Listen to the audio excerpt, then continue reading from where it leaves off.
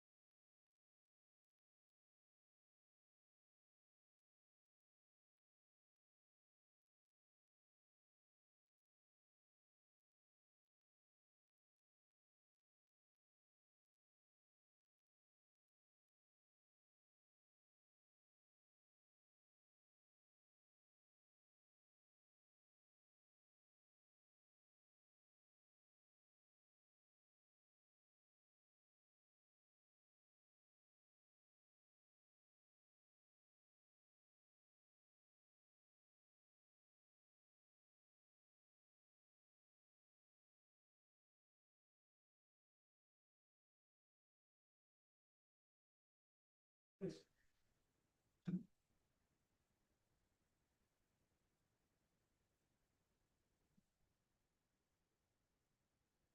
morning, everyone. This is a regular meeting of the San Miguel County Board of County Commissioners. Today is Wednesday, November 19th, 2025. Present are both myself, Commissioner Waring, and Commissioner Gleason. Commissioner Brown has been unavoidably detained, but will be with us shortly. Also in the room are a number of staff and public, and online we've got a few more staff and public. We will open our meeting today with a moment of silence for grounding and gratitude.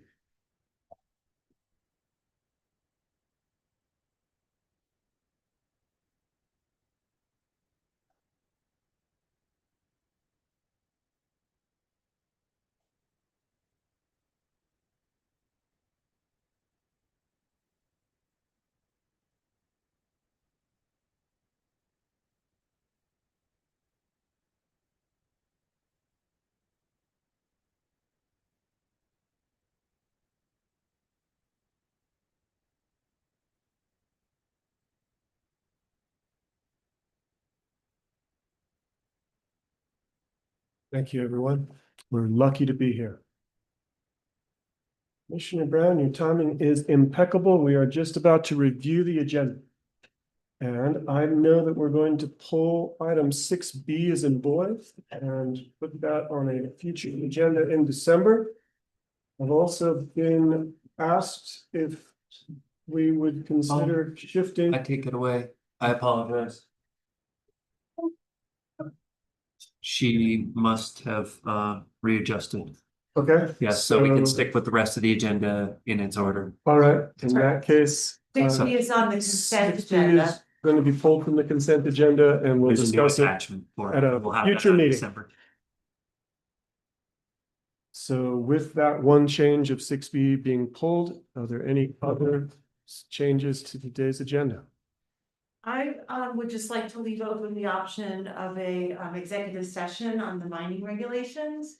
We'll see how that goes, but I have some questions that might require consultation with them.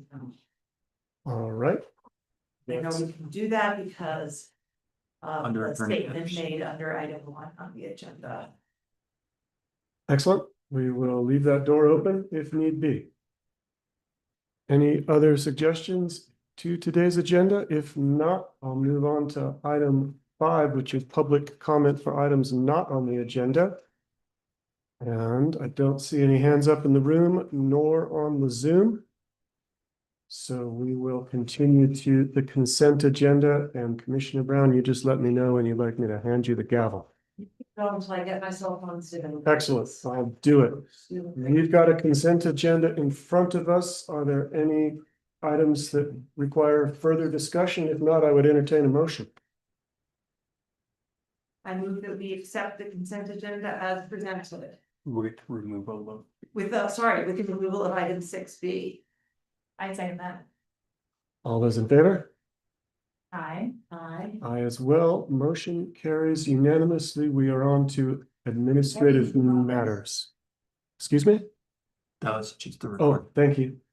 We are on to item 7A, which is a public hearing, and this is a review of the draft 2026 final budget for San Miguel County and the San Miguel County Solid Waste Disposal District.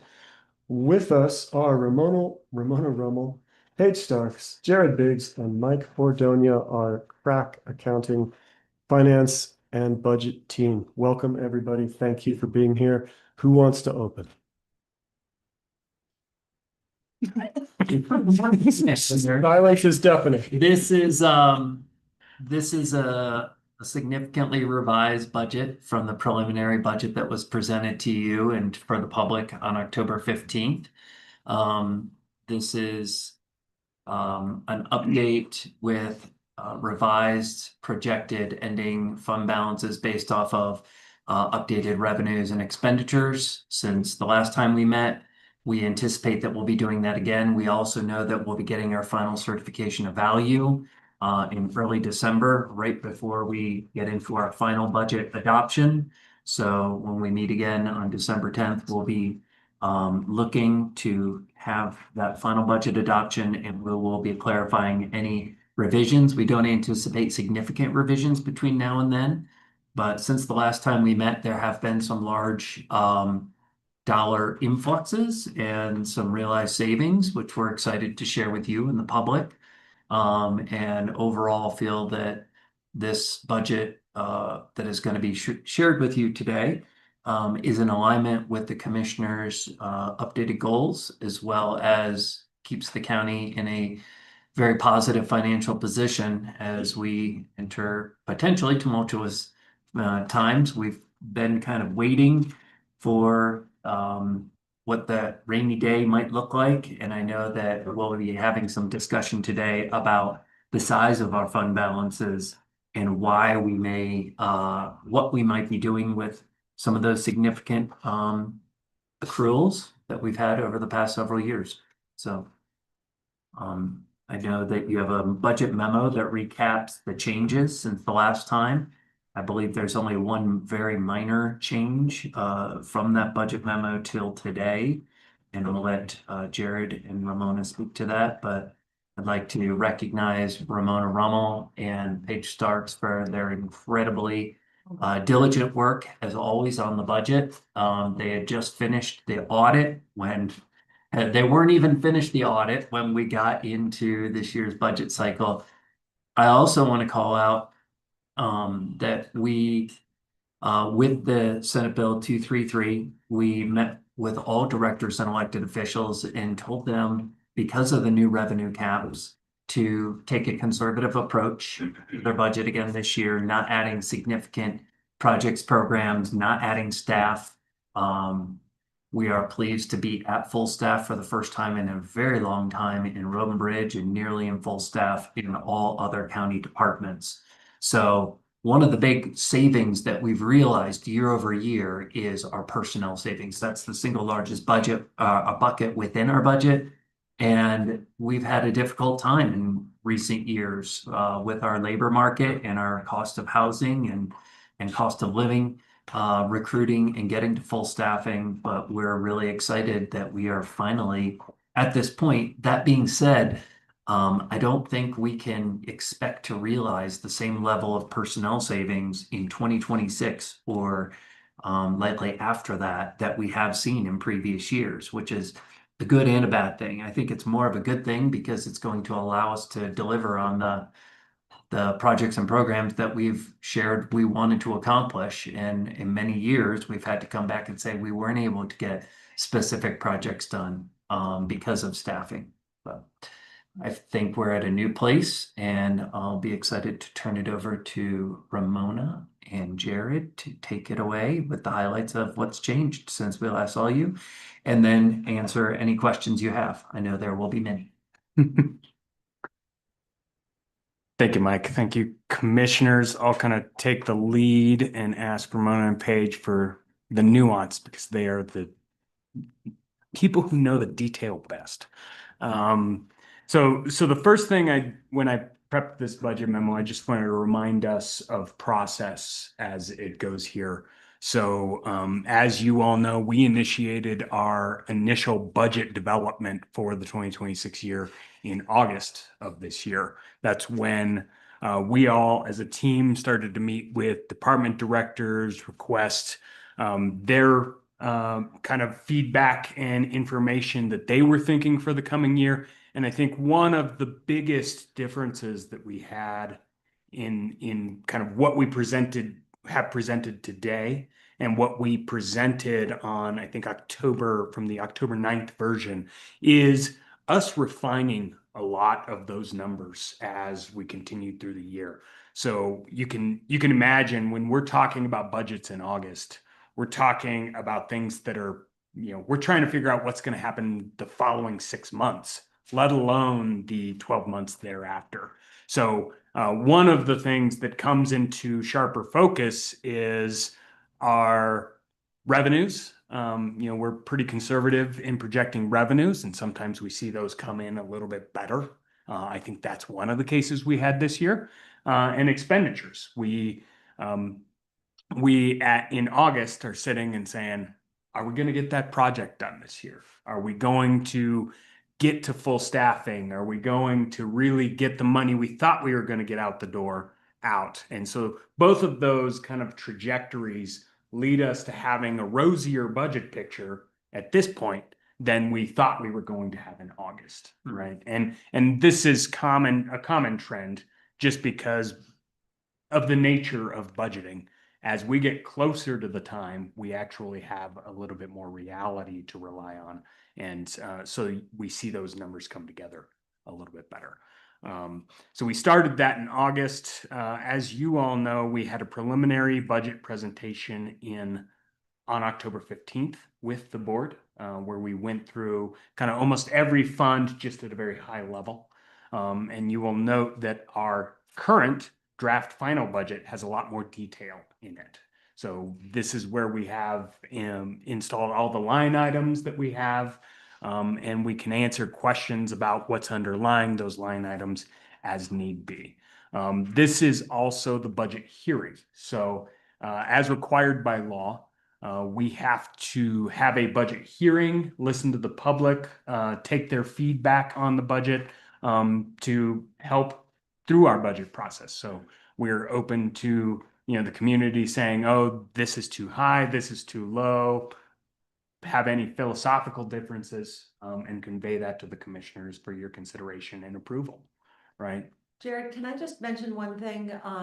In addition to, the refinements you've made based on just a better understanding of our plans for next year. Right. I just wanted to comment too, that during the budget process, the commissioners came up with our goals for 2026 and 7, right? That's the years, which are beautifully presented up here. And we had some work sessions, public work sessions, but they weren't, broadcast. So people may be a little bit interested in hearing about those and how they also have been very closely considered as we went through the budget. Just since that's kind of a foundational thing, do we want to just have a brief discussion about that at this time, or were you going to handle that later? Or neither? I hadn't really planned on covering it, but I Yeah. think we can give a Absolutely. quick review of, because one fortunate thing is our board goals didn't, it wasn't a sea change or a really significant adjustment. There were refinements. There's another, a bit of, focus, I think, on some different areas, but it wasn't, so significantly different from our previous year's goals that, it was something we had to wrestle with significantly. Okay. But with that said, do you want to? I'd love to. I think last time we had characterized it as we had lots of actions, and essentially it boiled down to 3 words, and that was housing, behavioral health, and climate action. And you can see that we refined those and defined those a little bit better because they were a little too general. And so when we, instead of housing, Or maybe they were a little too specific. or too narrow. Yeah, Correct. yeah. Sorry. We refined those to community well-being, talking about our vulnerable and underrepresented populations with an increasing access to healthcare, behavioral health services, childcare, and food security. And food security wasn't something that you saw previously in our goals. The county also seeks to fill essential gaps gaps in essential services and assist local and regional stakeholders. So that's trying to define our role, that we're going to try and fill in the gaps. We're not going to try and duplicate services that exists. And we used to say that as partnering with existing organizations, but I like this one in that if there is a lead organization, we're going to try and work with them to support this need rather than just taking it on ourselves. Instead of housing, we expanded that, and we talked about infrastructure, and that includes our roads and bridges, which has became a large focus last year when the commissioners authorized an additional expenditure. And now that the voters have authorized the capture of the 1.9 mils for the road and bridge levy, that action from the voters will allow us to continue with that 5-year plan of doing more than we were able to in previous years. That, combined with full staffing at Road and Bridge, should yield a much better product for our residents that we're really excited to offer. And then we also talked about assisting municipalities and communities. We know that we have many unincorporated communities that struggle with both water sources as well as wastewater systems. And we talked about securing and protecting water sources and related systems, supporting crucial infrastructure for community housing. And that's through planning, permitting, using county property when appropriate. But I think trying to define our role, that we're not going to necessarily take the lead on some of these, but we're going to be looking at where a community has a critical infrastructure need to see how we can use our dollars and our time and staff to assist them to improve those. And I know we'll talk about some of those, especially once we get into the potential uses of the Four Seasons use tax windfall that had not been expected. And then lastly, in climate action, the commissioners reaffirmed their position that they wanted to continue to have the county be a leader in that climate action and resilience, and also prioritizing initiatives that will protect our natural resources, continue to reduce our carbon footprint. We used to say carbon neutral as soon as practical, but I think this is looking at, we've taken significant efforts over the past 5 years to reduce the county's carbon impact. We've just acquired new EVs. We have new EV chargers going in. We've done energy performance contracting. We've added solar to 6 of our facilities, including 2 microgrid.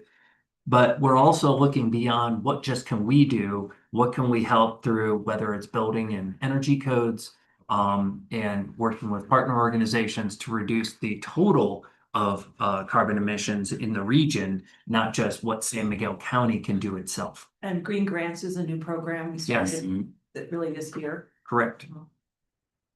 So I think as we start going through the budget, we can easily point to, yes, where does one of those focus areas tie into this expenditure? Thanks, I just felt like it was important. We Absolutely. had a public conversation about those goals sorry for You're inserting good. that without a heads up. Absolutely. Thank you. Sure. We can move on the fly.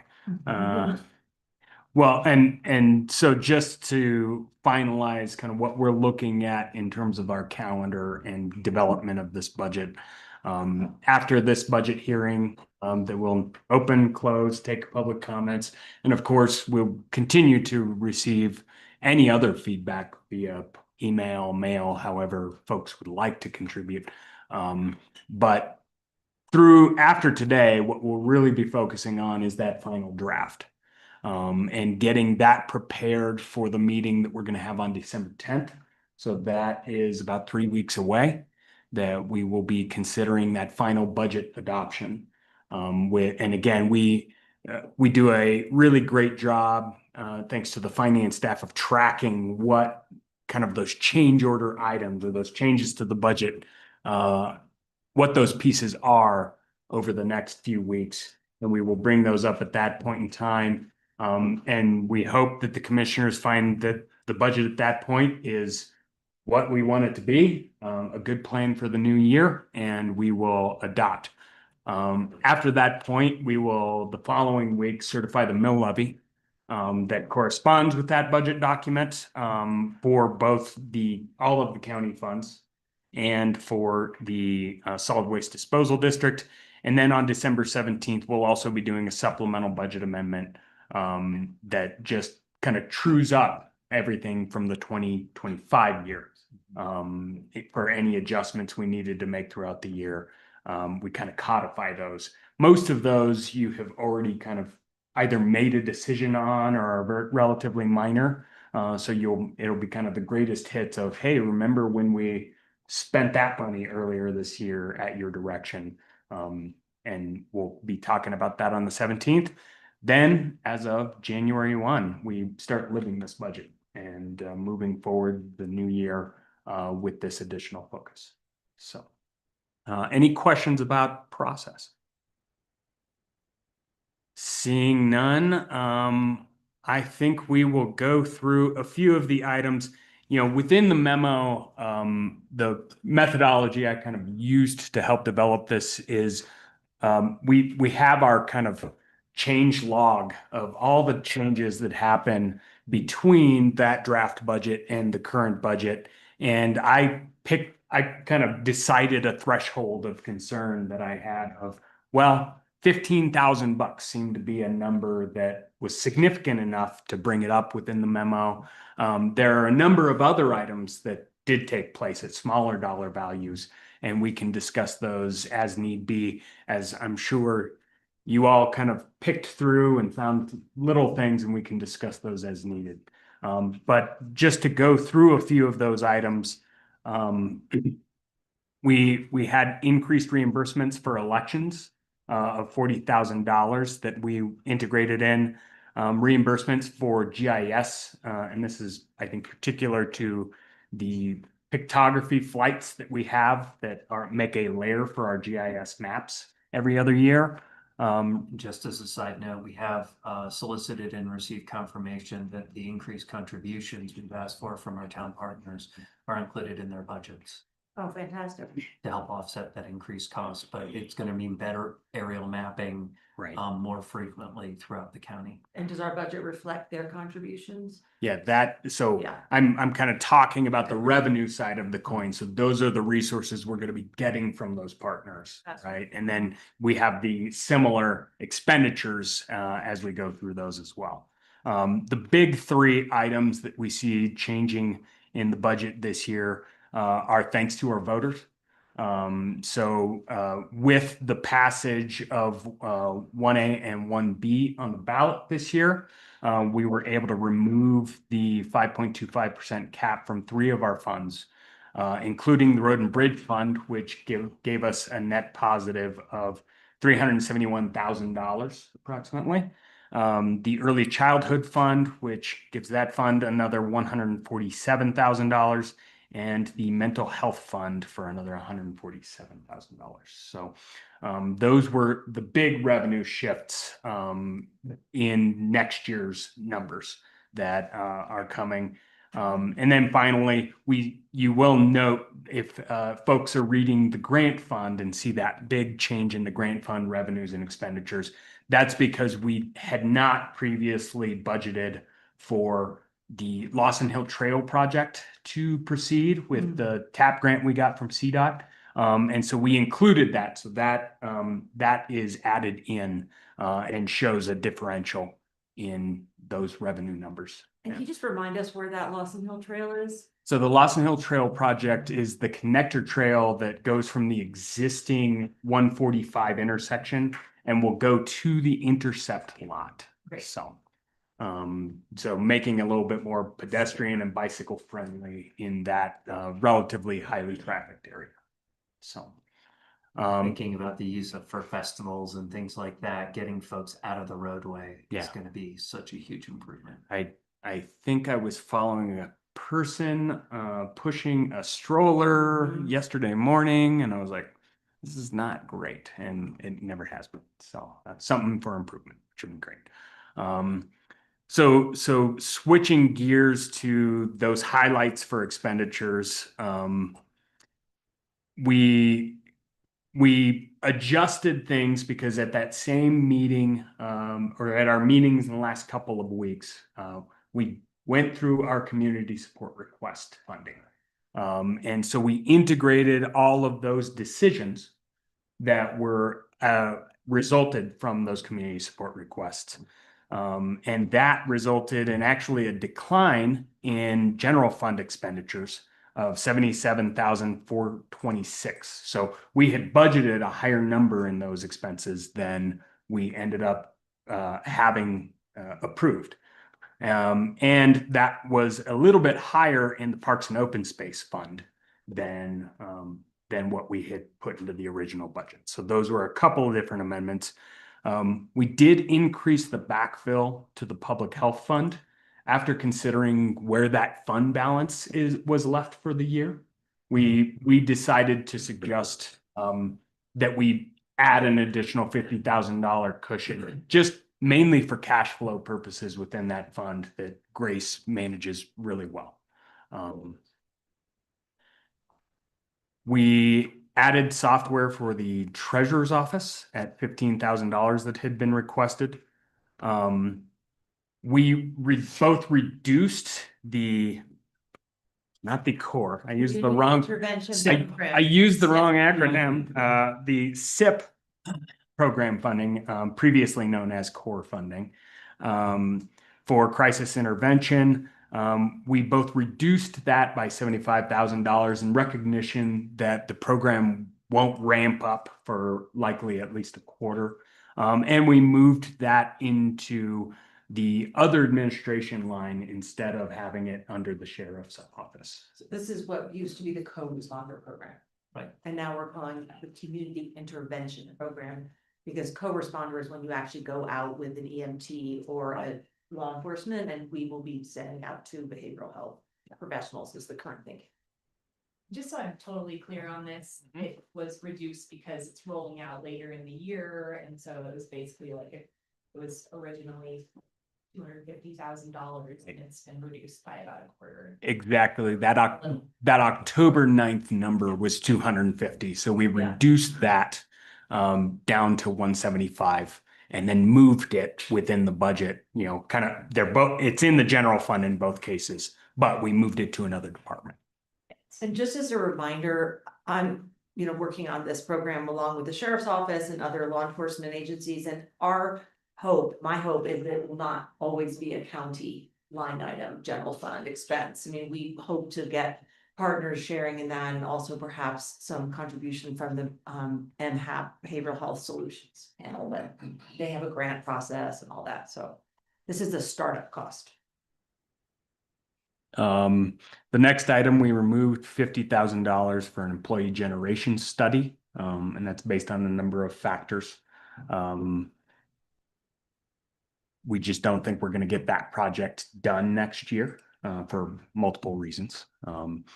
And we added an increase for facilities maintenance supplies for the solar maintenance at the annex building. And this is really a project. It was funny. We had a meeting, the all staff training. We had a discussion of the danger of lithium ion batteries. And one of the things that I thought about personally when we were talking about the lithium ion batteries is about our battery storage, both at the sheriff's office and the sheriff's annex. And so this project is actually to better air condition the area where the batteries are stored.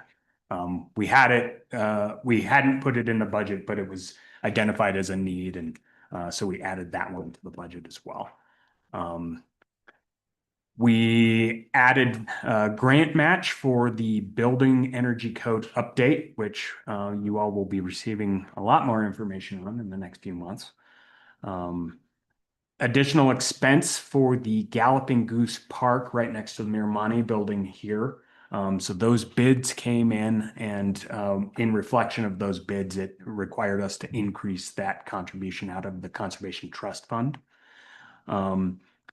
Additional expenses from the Mental Health Fund for their budgeted values. So matching what they had planned on spending now that they had adopted their final budget recommendations for the year.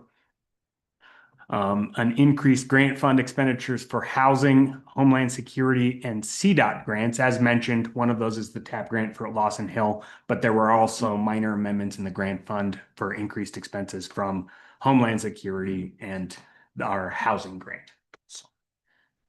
And then, as I mentioned, other miscellaneous adjustments throughout the budget, but they are all kind of less than that $15,000 value. So with that, I'll just kind of go into the fiscal impact section. Ultimately, it is an even more positive picture for the 2026 budget than we started with in October. You recall in October, our kind of net position with that budget was a negative $792,000. And because of all of these factors, getting better numbers as we move, having some conservative efforts, that number is coming down to a negative $58,000 $55 across all funds. So a relatively well-balanced budget across the board. You will note a couple of items, and particularly in the beginning balance of the general fund. I mentioned in the notes here that unexpected revenue we received from the Four Seasons project. That was $1.8 million. We didn't know we were going to get it. We didn't plan on spending it in the 2025 year. So that makes our fund balance grow pretty significantly, along with all the other amendments of dollars that we did not spend throughout the year. And I know that Paige has run the math on vacancy savings and a couple other things if we wanted to know those things. But ultimately, that's what continues to drive our financial picture to be really positive.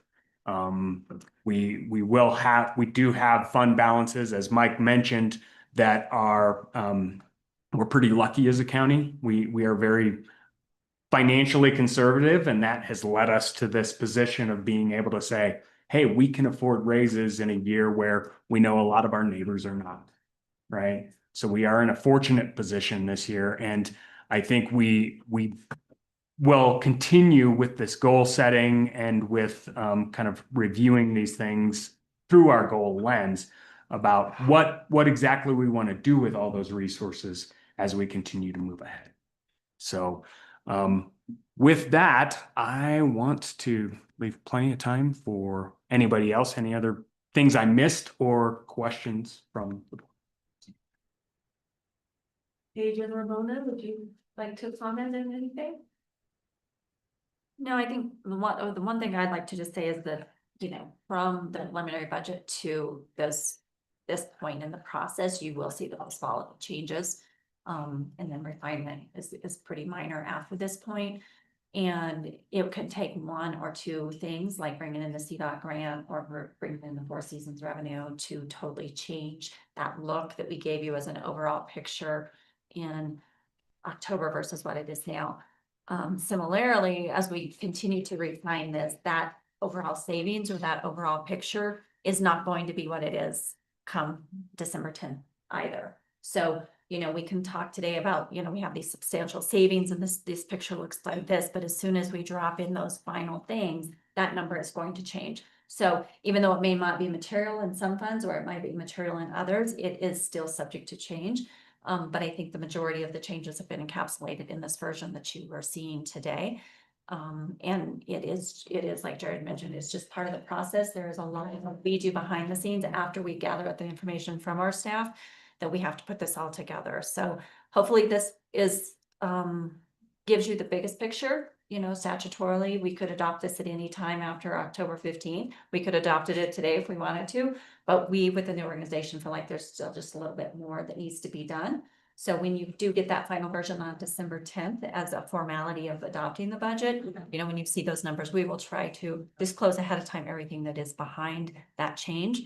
But if you're set on a number today, it's likely to not be that number on December 10th. So just as an explanation, we still have our pencils sharpened and our red pens out between now and the next couple weeks. So thank you.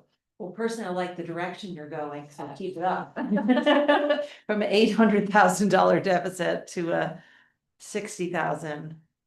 Yeah. I had a couple thoughts, but I'm happy to let the other commissioners go first. If You go. you go. Commissioner, if I could just remind the public, the commissioners had tasked us with coming forward with our capital plan in January. And I think that's going to be, we'll touch on some of those high level elements that our fund balances may be used for within that capital plan.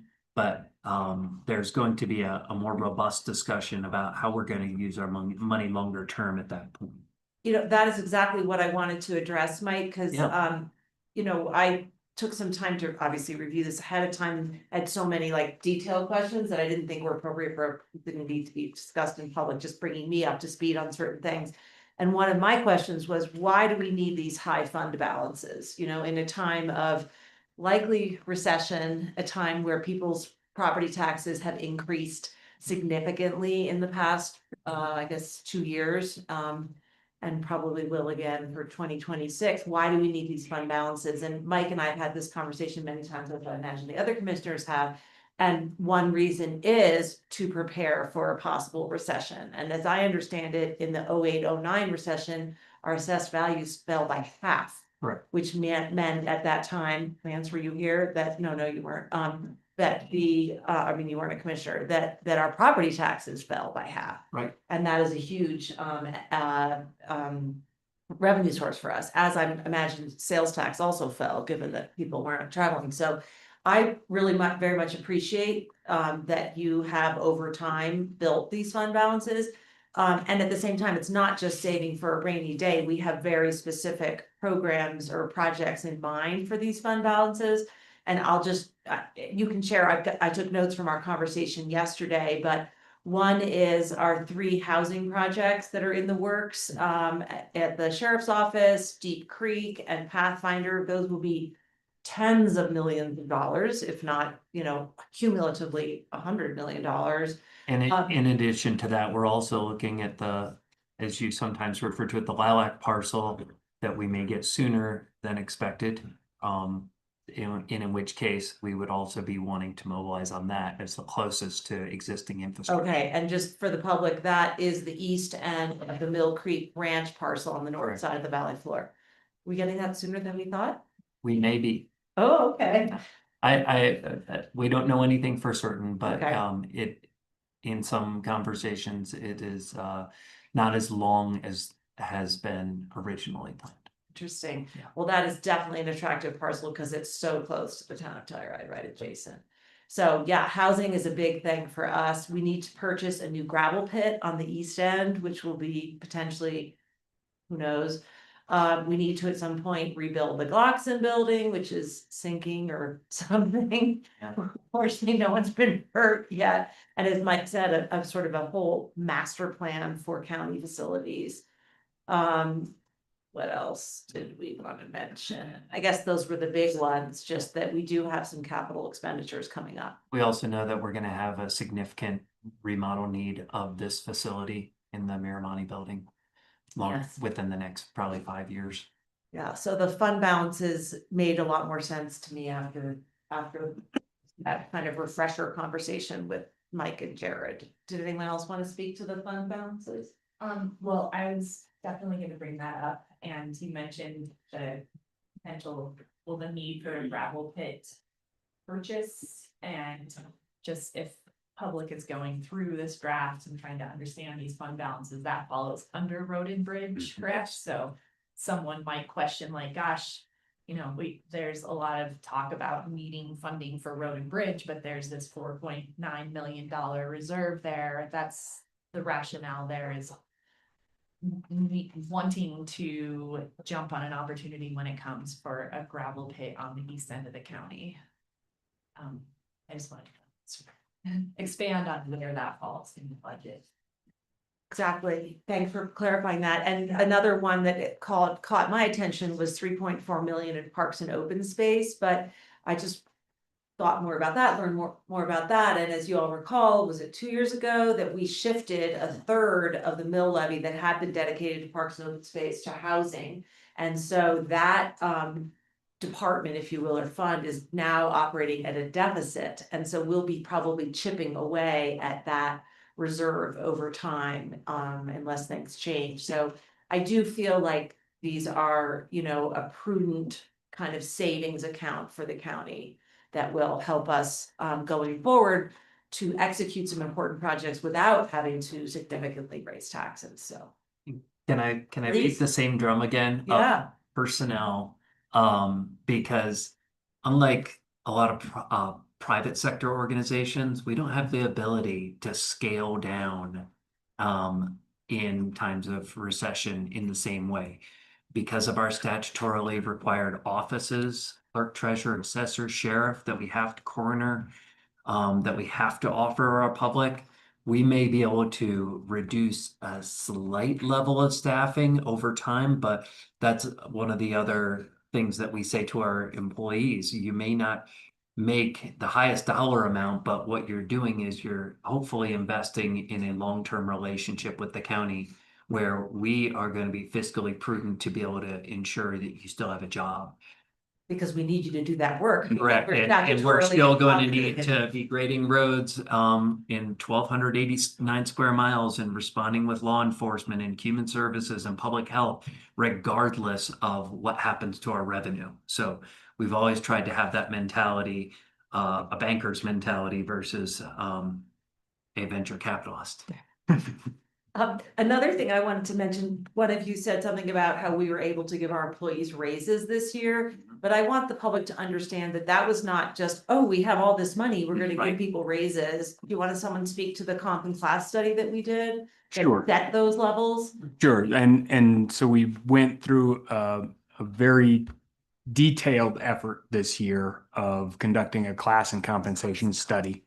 And that study compared our pay, our wages that we offer various employees in various positions to the same positions as much as possible in other counties and with other similar employers, mostly municipal and county employers. So it's not like we are just putting money out there. We are kind of picking the market numbers, and there have been pretty significant shifts in market trends for compensation over the last few years. And we had been one of our issues with hiring had kind of been that people would say, well, I can go down to another county or go to a city and get a pretty competitive wage in comparison. And so what we talk about when we talk about these compensation adjustments is really right sizing based on market trends, and moving that ahead. And we have committed to do that again in the 2026 year, because we know our closest partners and agencies who we compete for employees with, the town of Mountain Village, the town of Telluride, they are conducting the same study this year. So we're also syncing up our cycle of review for these studies. So, And if I could beat that horse a little bit more. Go Mike. Because we're using the same consultant that the towns are using, and we're using a similar methodology. We've transitioned away from our step and grade system to a place and range system. Employees between the three entities, town of Telluride, Mountain Village, and the county, will be in the similar, very, very similar system and pay structure. So where we used to constantly be losing a law enforcement or a road person to one of the other municipalities, and then when our pay increased the following year, then they come back. I don't think we're going to see that same shift anymore. I think folks are going to be able to say, okay, wait, it's the same system in all three. It's a similar pay structure in all three. Let's just stick with the place where we want to have the long term. Thank you. I think it's also worth noting that the commissioners made the decision to not implement fully the recommended wage increases, being cognizant of financial times, and we're going, to revisit that in another year, but we did take kind of a graded approach. Yeah, I think another thing to note for personnel costs is the just continuing increase in our health insurance cost. I was, looked at some of the ratios, if you will, health insurance to salaries. And we were paying, it was about 23% 2 years ago, like the cost of health insurance relative to salaries. And in 2026, it's gonna be 32%. So and there's nothing we can do about that health insurance cost. We've shopped it, we've negotiated with the provider, right? I mean, as we all know, this is just a huge issue in our state right now, and it's hitting us. So.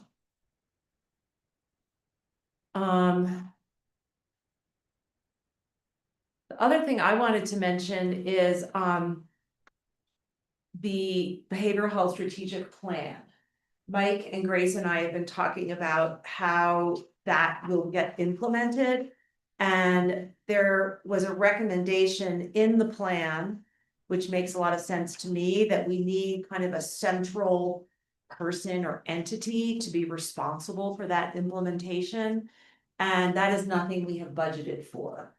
Again, we would, our first look would be to the Behavioral Health Solutions Panel for some kind of funding for that role.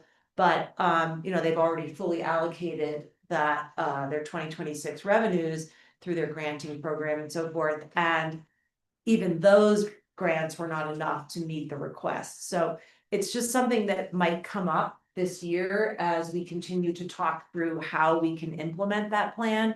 I did a Board of Health training yesterday. And one of the things I was reminded is that behavioral health is one of the duties of a public health system. So it's something that, is close to my heart because I see the survey numbers and, have family and friends who've had behavioral health issues.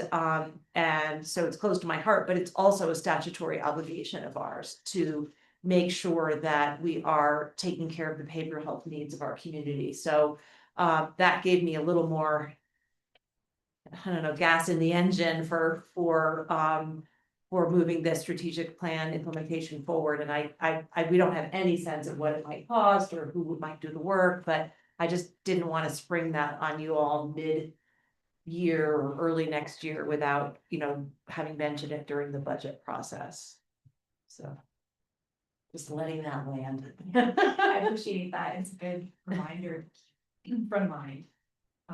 And yes, we'll be waiting for a dollar amount and and go from there. Thank you. Should I just keep going? Okay.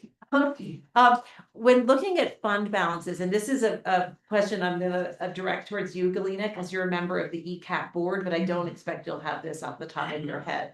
ECAP is showing year-end 2025 a fund balance of $983,000. And we've had many conversations with that team about how they're keeping $550 in reserve for possible capital improvement. But then it makes me wonder what's the other $433,000 in reserve for when we have kids on the wait list that we can't serve through CCAP. And I was just, I'm sorry to spring this on you, it kind of came up later in the day in conversation. I'm just suggesting that maybe we need to have a conversation with ECAP about why, since they do have steady property tax funding every year, they are holding that additional $433 in reserve. Yeah, I mean, I think this. I noticed that as well, and I think it necessitates a conversation with ECAP. I mean, most of those funds, from my understanding, sitting on that board are allocated through the year, right? So they're gonna be budgeted for that remaining balance of $400,000. The makeup for that $550,000 is in reserve. Yeah. As you mentioned, that additional reserve balance is worked into the budget for the coming year for programming through. Okay, so in 2026 budget. Yes. Okay. As I understand it, but especially with one E passing, I think, having a conversation about the budgetary plan and what that looks like, and if those additional waitlist families could be worked into that budgetary plan. It's something that's been top of mind. Okay. For me, certainly, and there has not been an ECAP meeting since the election, so Okay. I've been eagerly waiting to have a discussion Perfect. with the board on that level. So maybe, you could get some more info and bring it back. I mean, when I look at their net position expected for 2026, it's an additional 200,000 up. So that would reflect their budget. So anyway, you can maybe look into it since we're all interested. Yeah. Yeah, come back. Definitely, I'll report back, and then if that, if we feel that we want to have a work session with, with at least Strong start. and happily merit and Yeah. talk about the future plans and where it's really things. Yeah, that'd be awesome. Yeah. And I have a comment about, Just this week, we've been in conversation with Kathleen, and there's gonna be a supplemental budget appropriation coming forward in December for some overages that they had, that's going to reduce that fund balance by between $80,000 and $100,000 Okay, of appropriations they've had to put out this year okay, that were not appropriated, so that doesn't address the whole fund balance, but that is an impact that we just have been working on, and you will be seeing that in the next couple. okay, perfect. Yeah, I forget that we still have a couple months to go. Yeah. And then the other point or thing that came to mind when I saw this fund balance, whether it's 423 or the 350, is you know, we just gave money to Prime Time to sustain their operations. And if our childhood fund has money in it, it seems that they could be providing more support rather than the county general fund. So anyway, we'll get at it. And there have been some internal discussions around Prime Time specifically and how Strong Start is supporting Prime Time to give some technical assistance to help them work through their budgetary Great, woes. yeah. Okay. All right, those were my thoughts on the budget. I'm happy to entertain others, questions or comments. Having sat on the ECAP board before Commissioner Gleason jumped in, I do recall that there's always a challenge between budget calendar years. And I think when Galina does pose those questions, she's going to end up learning that it's not that there's money sitting unspent, it's that there's money that has been budgeted for a, help me Ramona, it's a fiscal year versus a calendar year. And so that's where the discrepancy may show up. Okay, But we'll find out. Yeah. And Galina, I think it's great that you plan to attend that next ECAP meeting with those questions in mind. yeah, that makes sense. We have a whole other hour reserved for budget conversation. Just a note, it typically in the past, we've had the solid waste disposal district as a separate budget, but it is included in the current budget in Fund 226. So I wanted to, it's not a large dollar fund, but we're looking at 131,511 in expenditures, which is a little bit down from our 2025 projected amount. And 151, still a net positive $20,000 for that fund. It's still showing up on in the memo as its own line item. Correct, correct. Okay. I'm just saying that in some years in the past, we've had it as a separate budget document. Oh gosh, right, Yeah. okay. And the solid waste disposal district is technically its own local government, right? Correct. That you all sit on the board of yet another group. So you kind of take off your commissioner hat and you put on your director of the solid waste disposal district hat. And we will have a separate mill levy certification that you will have for that process. So. Correct. Lance, As putting on my solid waste disposal director hat, I see that we do have 250 grand in reserves, and I know that there are some future expenditures and improvements to be made. Can you walk us through what some of those are? Galina, you were most recently there at the solid waste disposal site, weren't you? Didn't you take us a tour of that Star? Is that a different place? Yes, I live across from that. Actually, but yes, I can speak to a couple of projects that are in the pipeline there. One being a cardboard compactor. That's half of that infrastructure is there, but we need to purchase the other part for that to actually function. And so I believe that's been budgeted for. Jared could confirm that. Yes. Yes, and then I do have a question based on that little tour Star and I took. If whether the wildlife fence replacement is going to be budgeted there as well, from Yes. coming from, yeah, so that is the other project that is on the front lines, is tearing down the existing fence around that property of approximately 5 acres and replacing it with wildlife friendly fence. Whether it be a portion of it or the entirety of it, that's still to be determined. And just for those purposes, Commissioner Gleason, in the budget under equipment and fixtures within that fund, there is $25,000 dedicated for those two purposes, the trash compactor and the safety fence.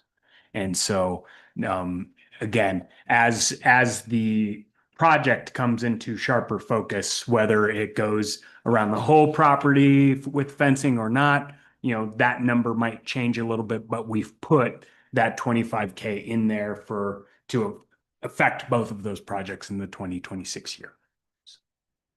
Couple questions. Jared, am I correct in understanding that it's 25K for the fence and 25K for the compactor, or is it 25K total? It's 25K total. Understood? But I anticipate that will be, if it ends up being the 5 acres, that number will be significantly higher. Sure. And that leads me to another question. I think a wildlife fence is when there's a gap at the bottom so the small creatures can get in and out. And I'm wondering if there's wisdom to having the small creatures in and out of the dash heap. I was thinking the same thing. Star is here and she's got her hand up, and if you come to a microphone, Star, you could help me understand how that's a benefit, and I can understand wanting to have wildlife moving freely throughout their homelands, but I also know that sometimes it's not good for them to eat trash. Hello, commissioners. When we went for the tour, I was thinking just the front. And if we needed a fence around the entirety of it, there's the fence where the solar panels are on one side, and then fence on the other side that's near the private property dump, or it's not a, yeah. That there's fence and no fence, so maybe could be taken down. I know that we were looking at that, just that front where the gate is, so nobody could get into that area, because there's private land around it. So I'm not sure if possibly it could just be removed in the other areas, depending on the private land. And then there's already a fence where the solar is. So I was under the impression we just needed the front, but we were questioning it when we were out there, with like what security is needed, around the dump site. So. I would also just add CPW will be consulted in this, based on, is it a migratory route for animals? I know that most landfills have, because animals will find a way to get in eventually. I'll give you an example. The landfill that I used to oversee, we went from covering it every night with dirt to simply using a tarp system so that the animals could get more freely in and out of it, because we were having animals die and get hurt trying to get in and out prior to that. And just to kind of shed light on what the solid waste transfer station looks like and is. So first off, the fencing around the perimeter does not keep wildlife in or out, just from my own personal observations and just, when looking at the fence, it's more like it's gotten to the point where, well, it's not wildlife friendly because there's like wire mesh around the bottom, so smaller animals would just get caught in there. And some residents in the area have made observations and brought this to the attention of the county.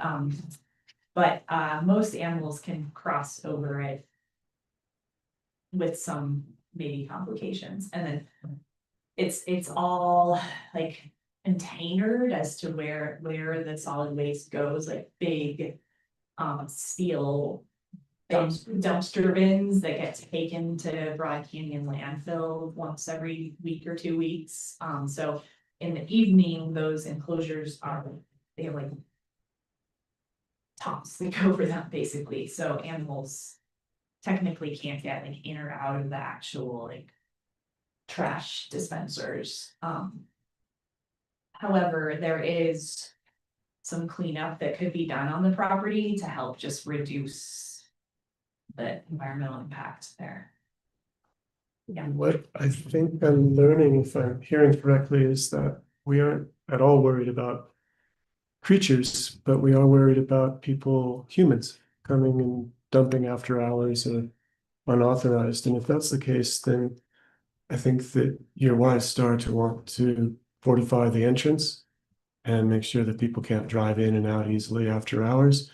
But it doesn't sound like we need to spend a whole bunch of money on 5 acres of perimeter fencing. So I'll trust everybody to use their noggins as we go through that process. Okay. Ramon. Ramona, just a couple others. One minor thing, is we are still continuing the transfer station cards for Seminole County residents. And there's a $5,000 line item in there for that. And that is, we've started issuing punch cards and they come in and basically we prepay Bruin for those punch cards. And it allows the qualified people, family senior citizens of San Diego County to go out and dump their trash for free. Used to be the yellow bags and blue bags. We've transferred to the punch cards, so that's in there. And then there is a $25,000 increase this year in the budget for the waste tire program that Carmen is facilitating. Right. And so that was a big impact of this year. We Yes. hadn't had the last couple. So that'll be subsidized by a small amount from the state, but we'll incur the lion's share of that waste tire. Because it's been, what, Carmen, 3 years since we did that last, Yeah, we could do that and- every 3 years. And the state is changing that program, so hopefully we could still get funding. Okay, great. If not, we have enough to pay for it.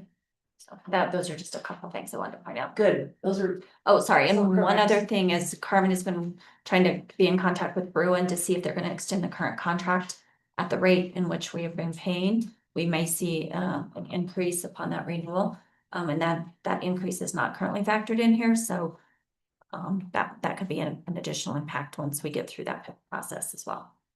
but we do have wiggle room. We do have Fund some, balance, we do, yeah. yes. I'm grateful to know that we have some reserves there for unforeseen expenses. I'm curious, having been on the board when rates were raised probably 5 or 6 years ago now, what large capital projects we foresee as this fund balance at the end of the year is becoming healthier. Do we have a need upcoming for a large investment in our solid waste district? I don't want to belabor this, but I do recall getting some heat from users and constituents saying, you guys are running at a small deficit right now. And as I look at these numbers, I realize that we're starting to make some savings, which is great. But at some point, either we have a project we need the money for, or we You talk reduce about how much tipping we need. rates. Yeah. Yeah. Do we have a large scale project in the foreseeable future? I would defer to commissioners. I mean, there's been discussion about potential like expansion of waste diversion, specifically like Compost? construction waste diversion, and there is, space on that land to potentially implement that type of a thing. And so that is an area you could focus on or discuss at least and look into the feasibility of expanding collection there. And yeah, I mean, that's the extent of kind of where I've envisioned expansion, and perhaps we could entertain doing some more electronic collection type of events that occurred there even, or that's something that we could explore. I'm kind of riffing right now on the fly, honestly, with that, it's just like thinking Neither of about- those are, in my mind, super large Right, infrastructure, giant yeah, start over projects, but I'm grateful to know that we do have some flex in our budget.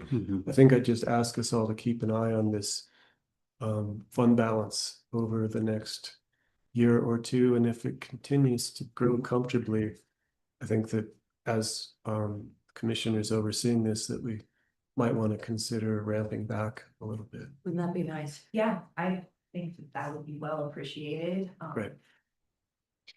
And looking at personnel there and how we can support them. Excellent. As well.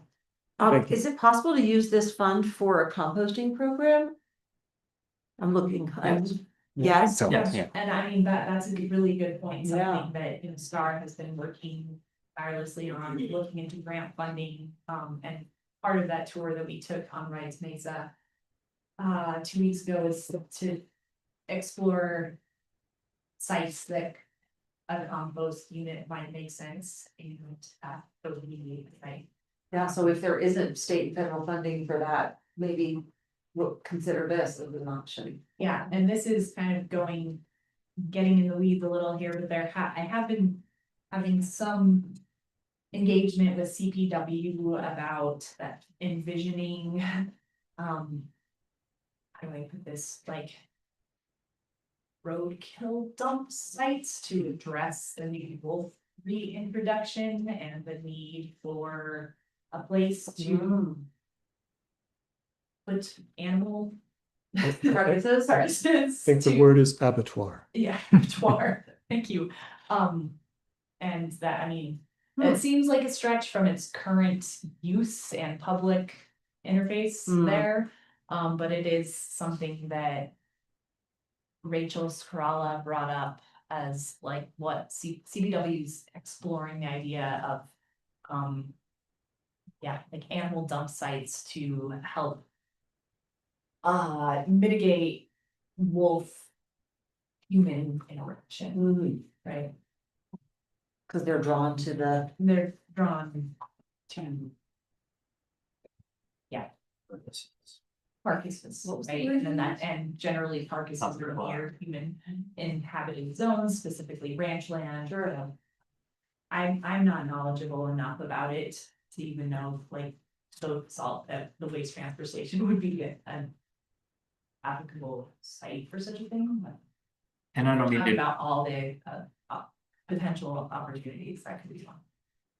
I didn't mean to get us into this. Yeah. I'm glad to know that we have I'm lots of not here, so- possibilities, lots of good ideas. Definitely. Yeah, Beyond that, Commissioner Brown, you asked a host of really good questions. I was able to take a look at your Google Doc list, and some of them I shared, some of them I got answers to with Volker Floyd already.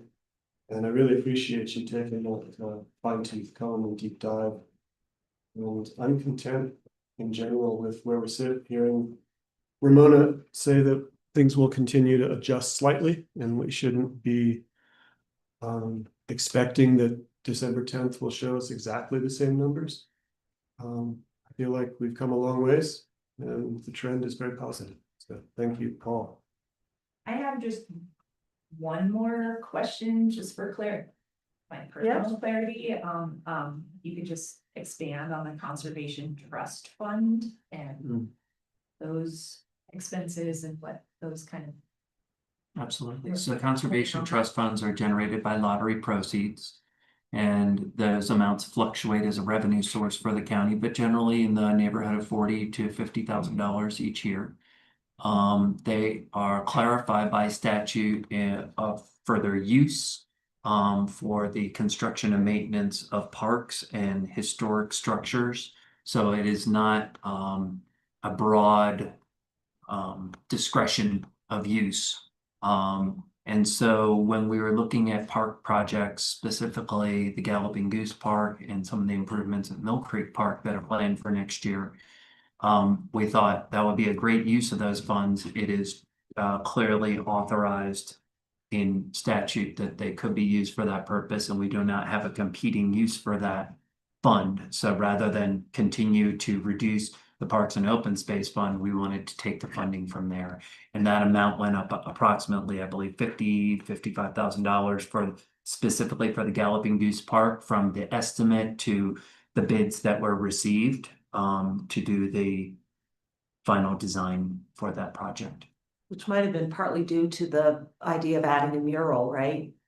I don't think that was the large, I think it was a guess that was put into the budget originally. And then when they receive bids, that's where the higher dollar amount came in. Thanks for that reminder. Thank you. All right. Anything else, Paige? We haven't heard from you. Thank you for being here. document. Yeah, I know. Okay, I think we're ready to move on then. Well Ready done. to open the public hearing? Oh, gosh. How come I never do Okay. that? Thank you. I would like to open the public hearing to see if there are any comments from the public or questions regarding this draft budget. Don't see anybody online with a hand raised, and I don't see anybody in the room with a hand raised. Going once, going twice, closing the public hearing. That was easy. Thanks. Thank you for the reminder. I just want to mention, sir, you were probably here for the mining conversation, right? 12:45. Yeah, and you're welcome to sit here for the day, but we won't be getting to that till 12:45. Appreciate All that. right, nice to see you. Thank you. you. Okay. I guess I've taken over again, Lance. Standing in. We are moving on now to 7B, but I don't know if Adrian is here or planning to attend. He wasn't anticipated this item until 11:25. Could we flip flop B and C? Let's do it. Can I Yes. make a quick request for a bio break? Let's have a bio break. Good idea. Okay, it is 10:45. Why don't we come back at about 10:55? Does that sound good? Yep. Okay, thanks, everybody. Thank you. You'll be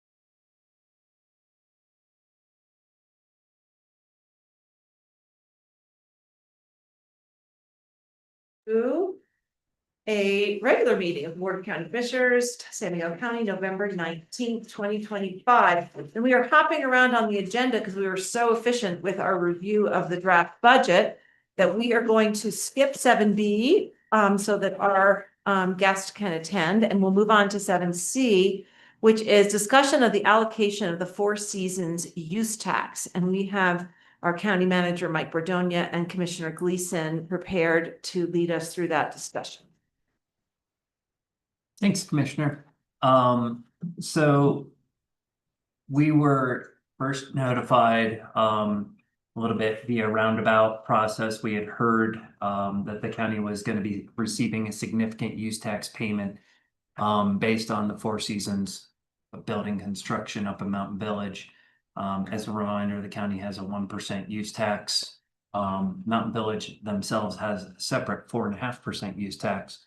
But as it pertains to the $1.8 million that the county has received for the Four Seasons project, I know that there's been a West End stakeholder meeting around this project and what potential impacts are going to be coming. I think there's still some question about locations. I know, I believe you clarified last meeting, Commissioner Gleason, about ongoing negotiations that the developers are having with Camp V, in addition to the reality that they've purchased hotels in Ridgeway and in Natarita.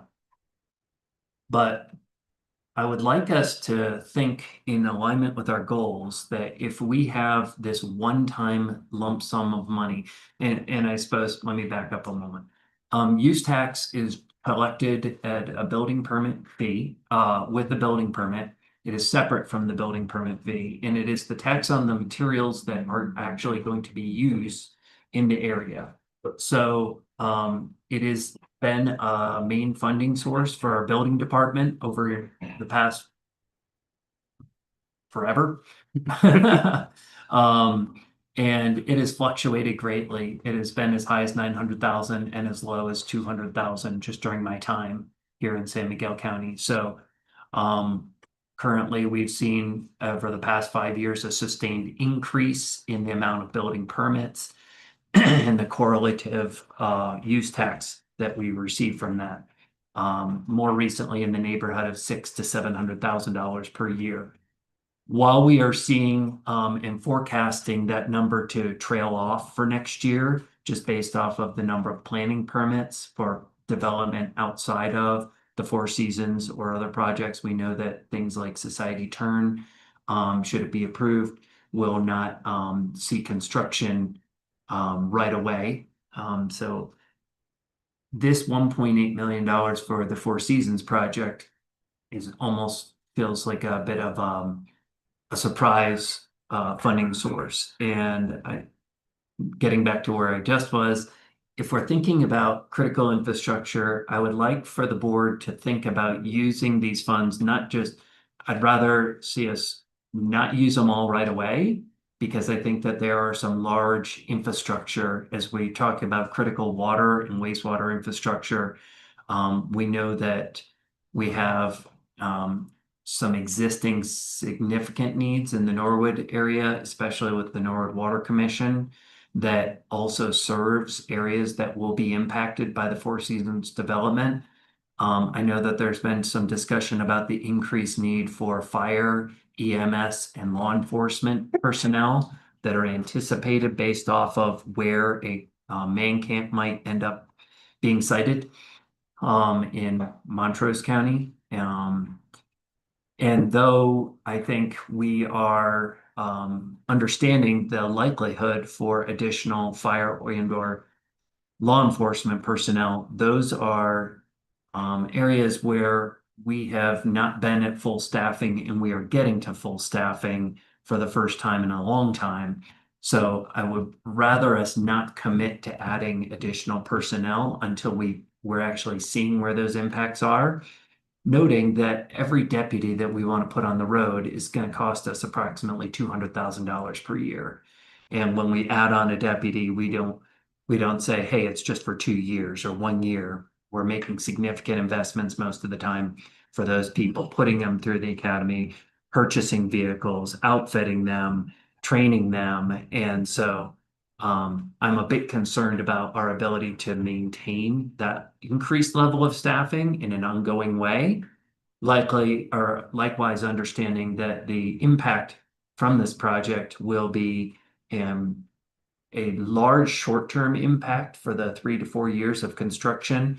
And then we would anticipate that it would trail off as the construction crews move on. And it's just those employees that may be living in those areas and commuting. And a little bit different of a, not as much of a concern of a transient type of worker, but as somebody that is a member of that community and having a regular job long-term in the east end of the county. So all that is to say, one of the things that I know is maybe outside of a direct impact, but will is a current need is for the Norwood Loop Line water system.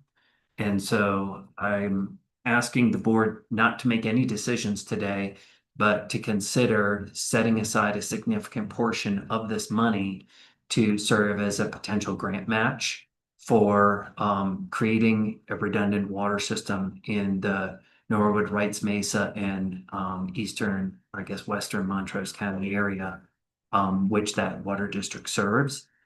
That would also enable Norwood to continue deciding how they want to grow, because currently there's question about whether or not they can sustain that. Their water studies that the Norwood Water Commission created in the past 3 years shows that they have a jeopardy of water delivery. And obviously, Norwood is a significant employment base and significant community within our county that would not be viable if they did not have a reliable water system. So that's my only thought for right now. I know that we've already received some requests from fire districts. We've had discussion with law enforcement, and we understand that they are likely to want to increase staffing as a result. And I would just ask us to temper some of those requests until we actually see where the impacts are. And also think about not spending all of this money at once, because I would like to see us leverage this money to the greatest extent possible, knowing that it is a one-time influx. And I'd like to turn it over to Commissioner Gleason. Yeah, thanks for that. That was a really good background as well. I wanted to touch on a survey that was conducted among the stakeholder group. And this was just taking a pulse on, based on what we know of the impacts of this project currently. And I'll just reiterate that what is set in stone today is that the Rimrock Hotel in Natarita has been purchased. So that will be utilized for union construction workforce to support the construction of the actual hotel, and then ongoing as a kind of apartment style housing for long-term staff for the Four Seasons Hotel. So that's going to be there in perpetuity as we know it, operating as workforce housing for the Four Seasons. Camp B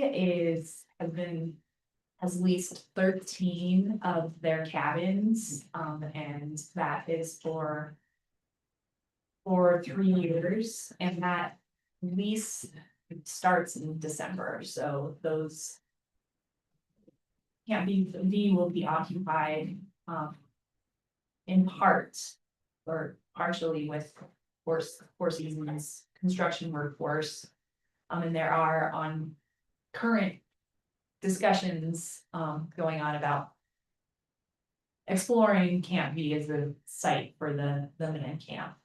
And the man camp is the main solution that they have envisioned to actually house the workforce for this project. And at the height of the project, the man camp would need to house approximately 200 workers. So really, where that lands is going to put the most pressure on that community, wherever that is, and the surrounding communities, and the thoroughfare up to the Mountain Village, whatever direction that takes. They're looking 360 right now, 360 degrees right now. So what I understand is they're looking even in the direction of Rico as a potential site, because Dolores County has some pretty lenient land use code based around long-term, temporary, habitation sites, and yeah, Montrose County as well. San Miguel County is pretty much off the table because of our land use code. So as Sheriff Cobalt so aptly put it, we don't know what we don't know right now. But what we do know is that purchase of the Rimrock Hotel and the long-term lease of Camp B, and what I haven't mentioned yet is the long-term lease of the Mountain Lodge in Ridgeway, which is 52 keys. So that is going to be an influx in temporary residents in Ridgeway. So there. But when you say 52 keys, is that 52 people or 104 people? Do you know what the? I don't know what their plan is. Right. I probably 52 workers just for. Give people a little privacy in their living quarters. I would think that's how they're gonna. And do you know how many navigate that. people will be in the room now? Yes. If you don't know off the top of your head, that's okay. Yeah, I have this info right here. Just add it all up. Yeah, definitely. So I mean, what we can forecast right now for impact is that there are certainly going to be temporary residents in Matarita. And then there's certainly going to be temporary residents in Ridgeway. The other piece of the puzzle has not been defined or decided, and I know the developer is working hard to figure out their plan at this point, so it's ongoing. I will say that even with the existing plan for those temporary workers in Natarita, that is going to put some more pressure on the San Miguel County Sheriff's Office, just responding to those residents and traffic, and certainly on Norwood, the Fire Protection District and EMS, because they do respond. They support Nucla Natarita EMS, because Nucla Natarita EMS is even more bare bones staffed than Norwood, and they really act as kind of like sister supporting agencies. So I mean, you know, despite what Mike said about putting, you know, kind of pumping the brakes about thinking about envisioning or intervening funding further law enforcement, peacekeeping officers, or EMS staff, in my mind, and based on this survey that was circulated and responses, the number one concern is additional strain on EMS. And you know, that's just based on the fact that EMS services in that part of our county and that part of the region are already understaffed, even with the additional mill levy increase that was passed for the Norwood Fire Protection District last year. They're still running on bare bones staff. So if I would propose that we consider talking with Chief Bockrath on what that might, you know, if we considered allocating a portion of these funds, and I don't know what that would look like. I mean, I had a recent discussion with him, and he said in a perfect world, he would love to hire 2 firefighters / EMTs, even for the next year, but ideally the next 2 years to really bulk up their ability to respond. And that would be a cost of $90,000 per personnel. Their salary is approximately $55,000, but then there's more costs in training and equipment, similar to the sheriff's deputy, where the total cost is more than the salary, right? Mhm. But that would certainly help mitigate the impacts regionally because they do respond even over the county line, so it would really help the Narita community, with a lot of their concerns wrapped around this and, if there is accidents on the highways or even just within the communities, the community would be better equipped to respond. And beyond that, I will just cover all of the concerns that are ranked, so we can just get an understanding right now of what has come to light through this stakeholder engagement and then in the community meetings as well, what we heard from the public about, top concerns, impact on potable water supply, depending on where that man camp might land, both the Norwood Water Commission, which serves into Montrose County, that's why I'm mentioning them, as despite the fact that that type of use could not be supported in San Miguel County, it could land on the Montrose, over the Montrose County line where Norwood Water Commission still services, and then Mustang Water Commission also, that they serve Narita and Euclid, and they are very limited in their resources and ability to serve water as well, so there's real concern there. Crime and impact on law enforcement services. Loss of lodging for guests, events and tourism, loss of lodging tax. Impact on emergency medical services. As I mentioned, that was a different line item from additional strain on EMS, which is the top concern. And then loss of business and commercial property. And impact on the character and culture of the communities and broader communities. So that's really what's come to the surface for direct impacts projected by this influx in workforce. And I will say, I was in a meeting yesterday with the stakeholder group as just to revisit the community meetings and recap and talk about next steps. And it was decided by the group as a whole, because the developer has implied that they're at the point in the process where they're ready to entertain some sort of an ask from the communities based on all of the conversations that have been had. And the group as a whole decided to collaboratively develop a community benefit agreement document, and that is because the concerns are quite uniform through the communities. And that was, the specific asks have not been developed yet, but there was a decision made yesterday that it's going to be a cumulative document from the town of Ridgeway, the town of Norwood, Narita, and Nucla, and all of the various entities and agencies that been on the stakeholder group. Yeah, Lance. I'm so glad that you ended with that tidbit about the community benefit agreement, because as I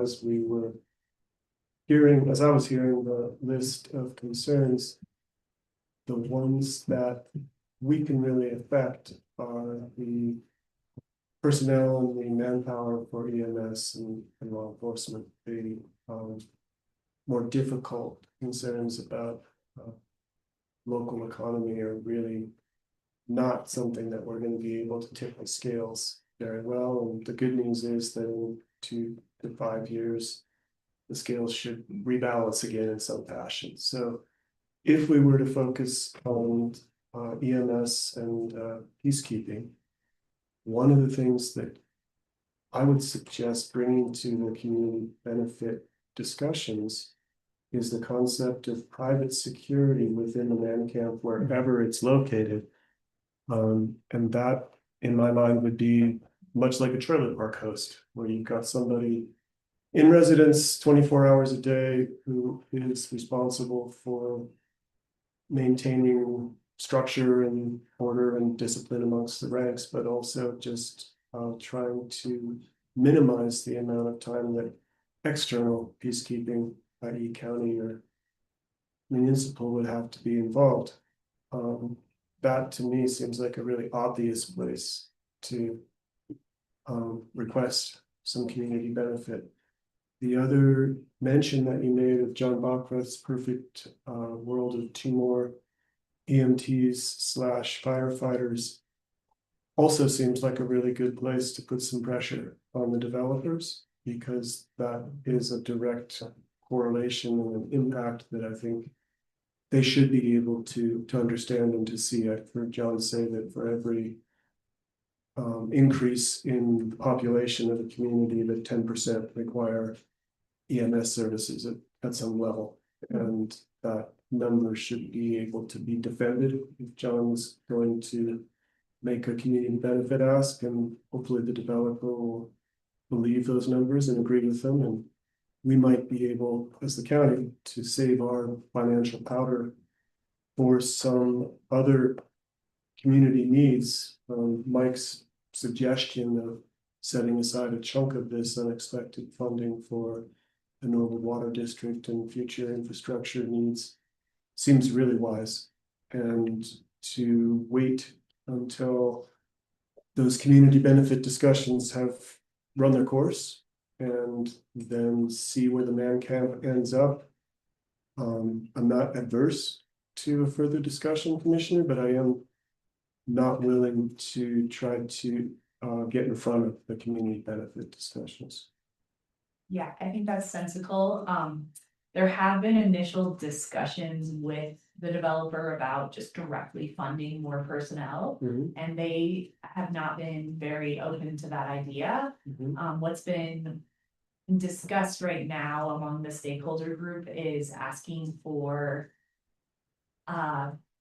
donations for each response that is directly related to their personnel. And I think that's where there is potential interest from the developer to support financially, but However you want to couch the ask, that's fine. yeah, but I will just kind of back that up by, from John Bachrath's perspective, they could receive donations based on responses, but their personnel is so slim right now that they are concerned that they're just not going to be, if they're having to respond to this influx in population, they don't have the personnel to initially even. They need to do prepare. that. They need to prepare, and there isn't, based on discussions and negotiations so far, there has not been a real willingness to upfront say, yeah, we'll help bolster and expand your staff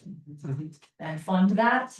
And that is where the finger has been pointed to San Miguel County, that we're receiving these funds and statutorily, you know, there's responsibilities. Well, like I said, I'm not adverse to having a conversation. Yeah. I feel like what you said about a donation versus a direct contribution to personnel, call it what you will. If they want to throw $500,000 towards this is just a made up number. Yeah. Towards the Norwood Fire and EMS.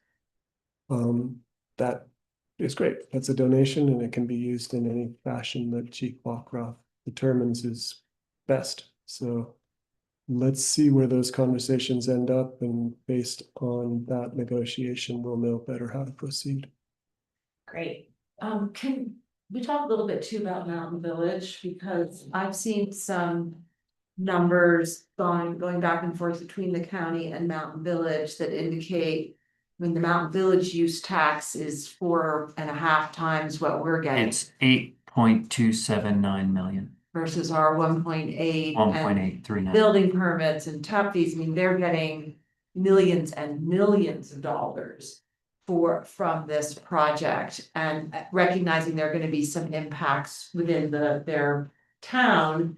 They are also having an ongoing benefit of sales tax and so forth. So I wonder if they would entertain, some kind of community benefit, ask as well, as Merrimack and Senegal County. Yeah, I think it's, when we perhaps land on a decisive direction we're taking with these funds, I think it prudent to present that to Town Mountain Village Council and to their leadership and ask them to match that proportionately.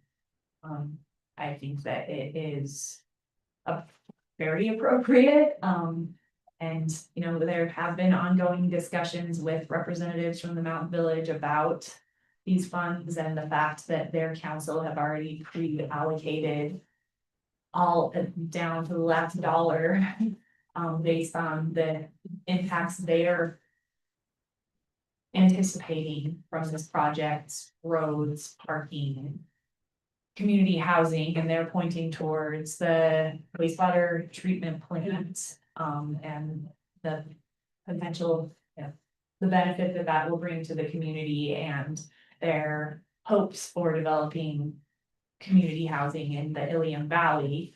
And that has been countered by the West End communities, like that doesn't benefit us at all and definitely does not address mitigating the impacts that we're seeing from this project.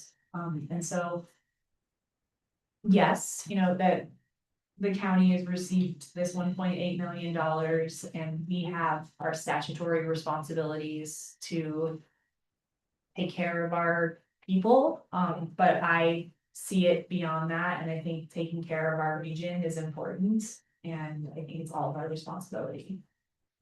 Yeah, the numbers that, again, have been passed back and forth between Mountain Village and the county indicate that Mike mentioned the use tax of 8.279 million that the Mountain Village will receive. And then in addition, it adds up basically to a one-time income of $17.9 million, which is almost 10 times what the county is getting. Yeah. So, and I agree, the projects that they indicate that are priorities for them have nothing to do with the West End. It's all East End, which we totally appreciate, but it does nothing to mitigate the impact of these folks, living and traveling from the West End.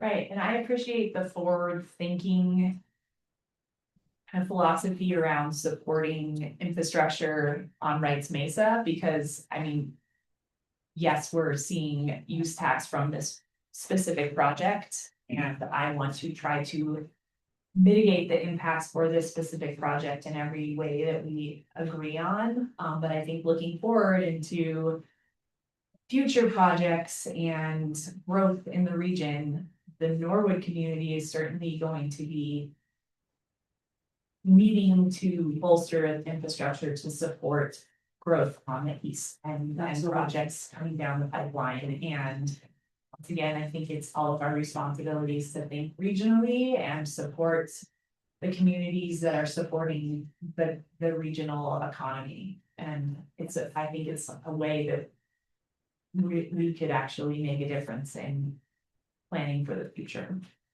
Agreed, and I've heard from Mayor Meehan that the town of Norwood's annual budget is like $1 million.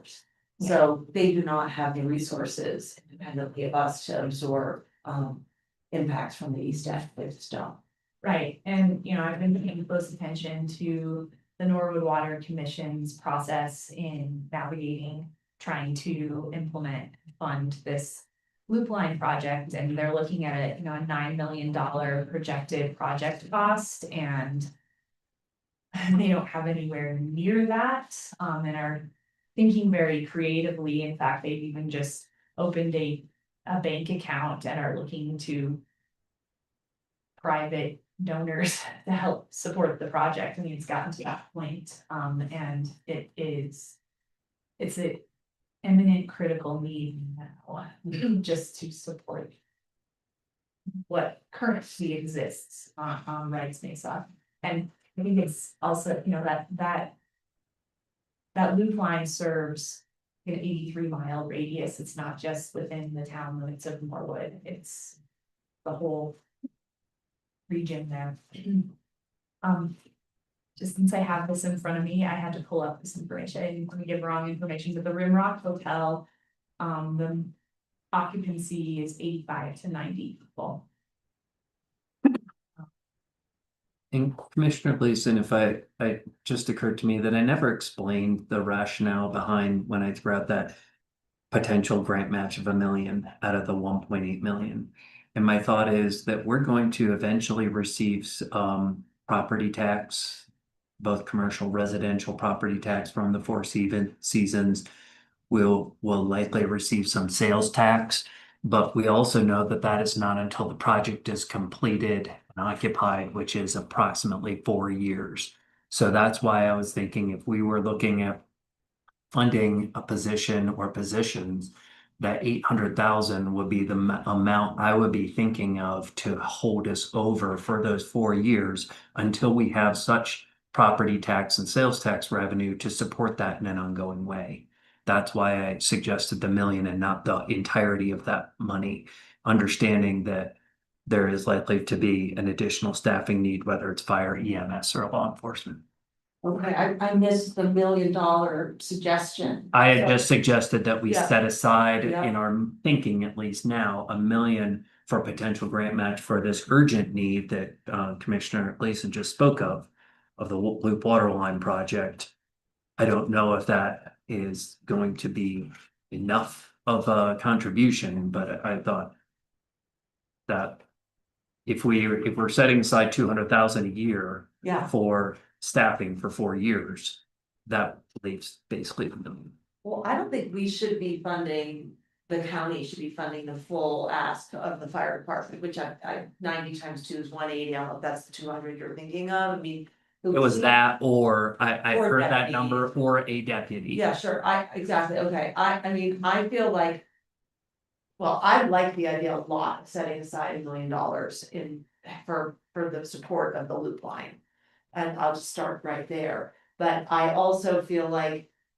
Maybe that, and certainly any incremental expenses that are incurred by other taxing entities during the construction of the project, should be shared by the county, the Mountain Village, and Merrimack. So perhaps this is just a starting point for our discussion. If you could take that information back to the stakeholders who are developing a proposed community benefit agreement and say that the county is, whatever the word, how strongly we want to say, committed or interested or something in provide, using our resources to support the loop line as well as additional fire and EMS services, but we would request that that be matched by the other people who are benefiting from this project, other entities. Lance? Or Clea? The only word that you might want to include in that is proportionally. Okay. Sure, proportionally to their benefit. To the revenue, yeah. So that would suggest then if we were setting aside $1 million for the loop line. And Mountain Village received 9 times what we did, that we would be suggesting they set aside 9 million for the loop line. I'm not sure that you can take the total sum of 17 mil from the cumulative building Fair. fees and tap fees. I think Fair. that you need to back it out and just. If you think about the 4.5, if you think just in the use tax portion, Yeah. Sure, they're 4.5 times. There you go. their use tax is 4.5. Correct. I would be more comfortable using that baseline number. That makes sense. And same for the fire, I mean, I feel like I heard Mike say, let's wait and see what the need at the sheriff's office is, because. Because We aren't, there's still I 2 think we have deputies 2 short. deputies down Correct. and we haven't seen any impact and, so maybe that isn't, and the sheriff hasn't come to us formally or informally asking for additional, so we could set that aside for now. But the fire and EMS, and I do understand what Chief Baccarat is saying, it's like you can't just use the $100 donation for an incident. to Hire someone, he's gotta, staff up and train. Yeah, if they're not, oh, exactly. They're not prepared to respond. That's gonna be a problem.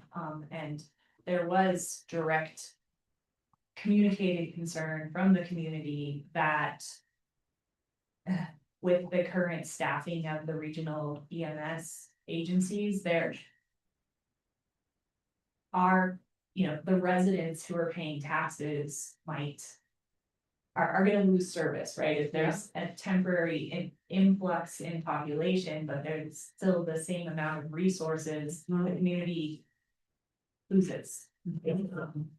I also wanted to just touch on our meeting with Representative Hurd. And I heard loud and clear when we were talking about the Norwood Water Infrastructure Project and that he has supported congressionally directed spending dollars for that project, but he said very clearly to us that he feels that there would be, can't remember his words exactly, but a greater chance of that funding coming into fruition if there was a local government contribution and match. He used the term skin in the game. Skin in the game, exactly. So this could really be that skin in the game that hopefully would, push those federal dollars towards that project. Good point. I think that's another point to make to Mountain Village when we, and to Merrimack, maybe when we take this ask. Would you consider Merrimack also asking them for some money for the loop line? I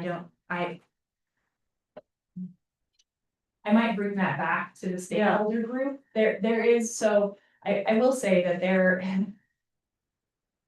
there's frustration in the sense that a lot of the impacts of this are falling into our neighboring counties who are receiving not a single dollar. Yeah. Right? And I think that the stakeholder group, now this is just me extrapolating on what I believe everyone will speak to, but I think that they're looking to Merrimack as a potential opportunity to help mitigate the impacts in those direct communities, Narita and Ridgeway. Okay. And the developer, could potentially be the entity that helps support those communities financially, and whereas I see the Mountain Village as, they're in the county, they own land in the town of Norwood. I was gonna make that point too. If they ever wanna build housing on those, how many acres do they have? 80 acres. We're gonna need a more robust water system out there. Yeah, Lance, 80 acres they own? Follow your logic, Commissioner, and I think it's wise to stick with Merrimack being requested more direct impact mitigation benefits, and we discuss regional infrastructure with our regional partners. Perfect.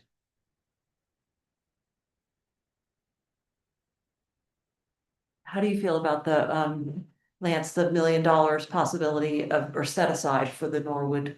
I think that's wise. That's wise, okay. Do you have what you need from us, Norwood? What do you need from us, Selena? yes, Norwood. Thank you for even, just entertaining all of this. But yeah, I think it's a responsibility for residency. Yeah. And how would we go about, or who, I guess the stakeholders group would make an ask of Mountain Village with the county support? Is that how that might work, or?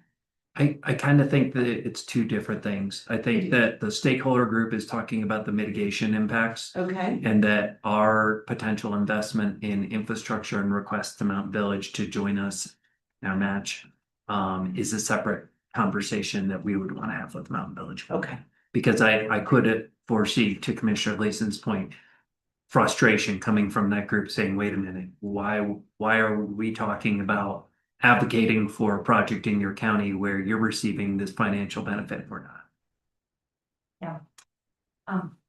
And I guess the logistics of that, I'm happy to put together a request in writing.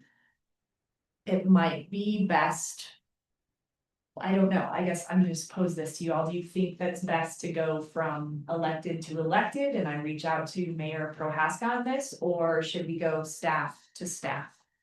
And have Mike reach out to town manager Paul Weiser, what do we think is most appropriate? Typically, we would start with a staff level to say, hey, I want to give you a heads up. Here's the discussion we had. Here's what our thought is. What feedback do you have for us? And then we would take it to electeds after that. So let's do that, Great. you Perfect. and I can work together on that. Sounds good. Okay, and then again, for the part that might be fire and EMS, that the county would be interested in contributing to that and would expect that others benefiting from the project, such as Mount Village and Merrimack, would contribute as well. I'm not prepared to go that far until I hear the community benefit agreement discussions, and I'd urge Commissioner Gleason to steer that group toward a ask of Merrimack for the full mitigation of all their impacts. They are bringing the new need to our community, and while we will continue to maintain our roadways and our existing infrastructure and needs, and certainly help their folks as they need help. Merrimack is the one that is bringing the ruckus. So I'd like to start with asking the folks that are creating the ruckus to help us. And based on that response, we'll then decide what to do. Okay, one thing I didn't cover, with this unified community benefit agreement ask, then I'm going to have a sub meeting with Chief Baka,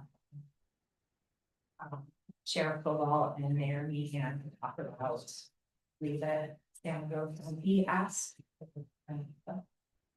from within our jurisdictions, and then that's gonna get weaved into the greater document, so Okay. I can bring that to that group and let them know that's what's discussed here and. You know, Well, I think that if I had to parse out the biggest impacts to San Miguel County, that it's gonna be sheriff's deputies for traffic and EMS for possible accidents. And I think that, I know that we are responsible for the sheriff's deputies component of that. So that's where I'd be most willing to focus our attention. I'd like to see Merrimack using Chief Bachroth's formula step up and mitigate their impacts on his operation. He's a separate taxing district and should have some standing for that request. I think that's fair, Lance. Thanks.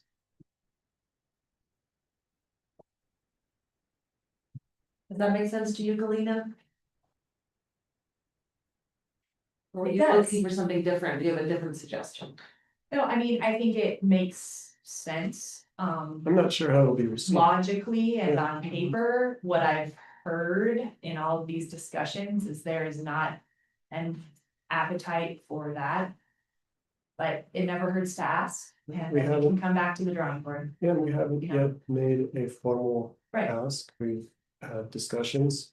If something is presented formally from the group, I think that will have more weight. Okay. Keep us posted. I will. And just as, I guess, make my commissioner updates a little shorter. I will update you on the SMART meeting and discussions I had in that meeting specific to the Four Seasons development. I just brought it up to the board. First off, just let them know where this project planning is at to date, and the fact that Merrimack Ventures currently their plan is to lease out private transportation entity to move their personnel back and forth. And just wanted to make sure there hadn't been any outreach to SMART and consider utilizing SMART for that rather than a private entity, and there indeed has not been any outreach. And we just discussed at the board level the potential benefit of utilizing SMART to up ridership and bring revenue to SMART potentially that way. David Averill had some concern that though the buses coming from Nukla and Natarita are already generally full, that service line is being very well utilized, and that would potentially look like, most likely would look like adding another bus service specific to that entity. And so there would need to be some negotiations and discussion over how that could even look. But I provided David with all of the information that I have to date and gave him the contact for Merrimack Ventures to reach out and explore what utilizing SMART could look like. And there were concerns actually about the specifically if Telluride Express was utilized, they share a lot of drivers actually, and David had some real concerns over like, wow, what's that gonna look like for our personnel if they're being pulled in that direction, utilized for 3 or 4 years, 5 days a week, running buses back and forth, that might affect SMART's personnel. So, yeah. Really glad that you initiated those conversations with the Smart Board, Galuna. And I think that at the end of the day, it's a pretty easy comparison for Merrimack to make between private transit and price tag for smart transit. And then a question for the Smart Board of whether or not they feel that it's worth staffing up and capable of staffing up. I think you're right when you put your finger on the crux of the problem, which is really it's sharing staff. And we'll see how that works out. One benefit I do see is it would solve the parking conundrum that they're trying to navigate with. That's the one crux I've really heard about utilizing a private transportation company is they don't know where they would park their buses during the day. So. You mean it or smart would have a place to park the bus. Okay. Another impact. All right, well, thank you for that robust discussion. I think we made some good progress and definitely like keep keeping us posted. I really like to know what's happening here and how we can help. Yeah, well, thank you all. We're now a little bit late for item 7B, which we had anticipated at 11. Hi, Adrian. I was looking for you online, but here you are. 11:25, which is consideration of a request of $20,000 for the wildfire protection plan that is being initiated by the San Miguel Watershed Coalition, and we have Adrian Vercher here for that. This is a follow-up to our conversation. Was it just last week or 2 weeks ago? Just last week. Yeah. So yeah, you want to be part of this as well? Thanks. Just move up here. And or make sure you have your make sure you both speak into the microphone.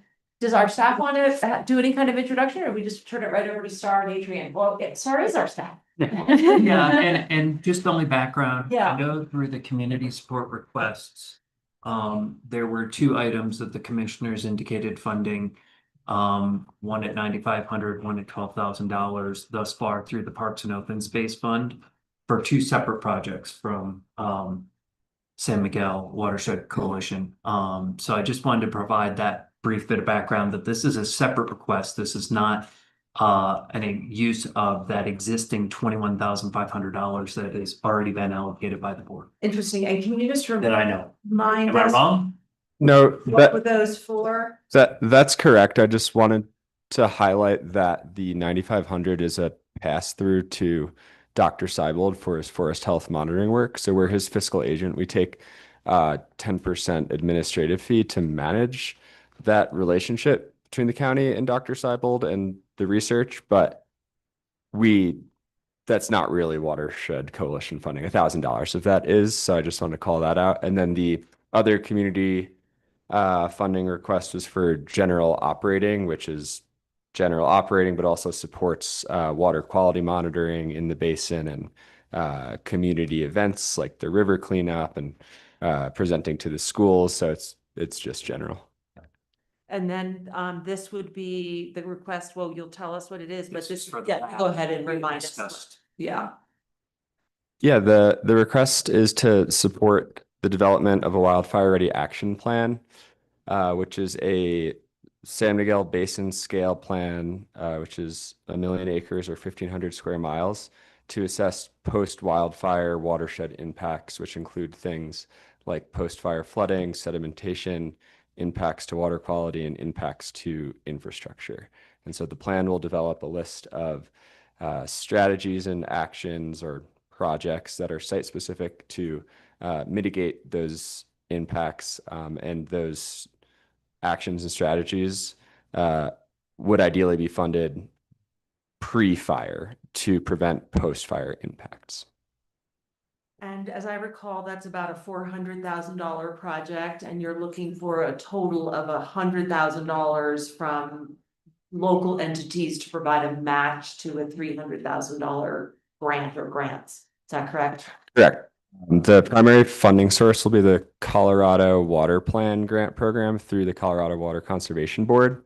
And our target for match and for the total project budget, like Commissioner Brown said, is $100,000 in match in order to leverage $300,000 at the state. So all contributions, all matching contributions to the project are leveraged through a 3-to-1 match from the CWCB. Okay, and we had suggested that following our meeting last week, that you give us a little bit of an update on other sources that you have been able to secure, and then what's pending, so that we could kind of get a better sense of really what the need is from our budget. Yeah, there are a couple of updates. It was just last week, but I'm going to meet with Montrose County Manager tomorrow. So we'll meet tomorrow morning to discuss if they can allocate some funds towards the project in addition to the in-kind support that they have already agreed to provide to the project through existing data sets from some wildfire and watershed work that they have already done in the county. I spoke with the Telluride Fire Protection District. There is going to be some level of funding there. I'm not sure where that's going to fall. I think it is likely going to be somewhere in the $5,000 range. I don't think it's going to be one of the larger contributions to the match funding. And then the other funding sources are that are secured are Norwood Water Commission, $5,000, Norwood Fire Protection District, $4,000, Town of Telluride, $30,000. And then we have a request into the Telluride Foundation for $10,000, and a request to a grant request. And this is the one I said I'm very optimistic about, for $25,000 from the Southwestern Water Conservation District. And so I can pull my computer up. I don't have my spreadsheet in front of me. You just hit them all. Okay. You have it in front of you. Perfect. Okay. Perfect. And so this week's ask from San Miguel County is how much? For $20,000.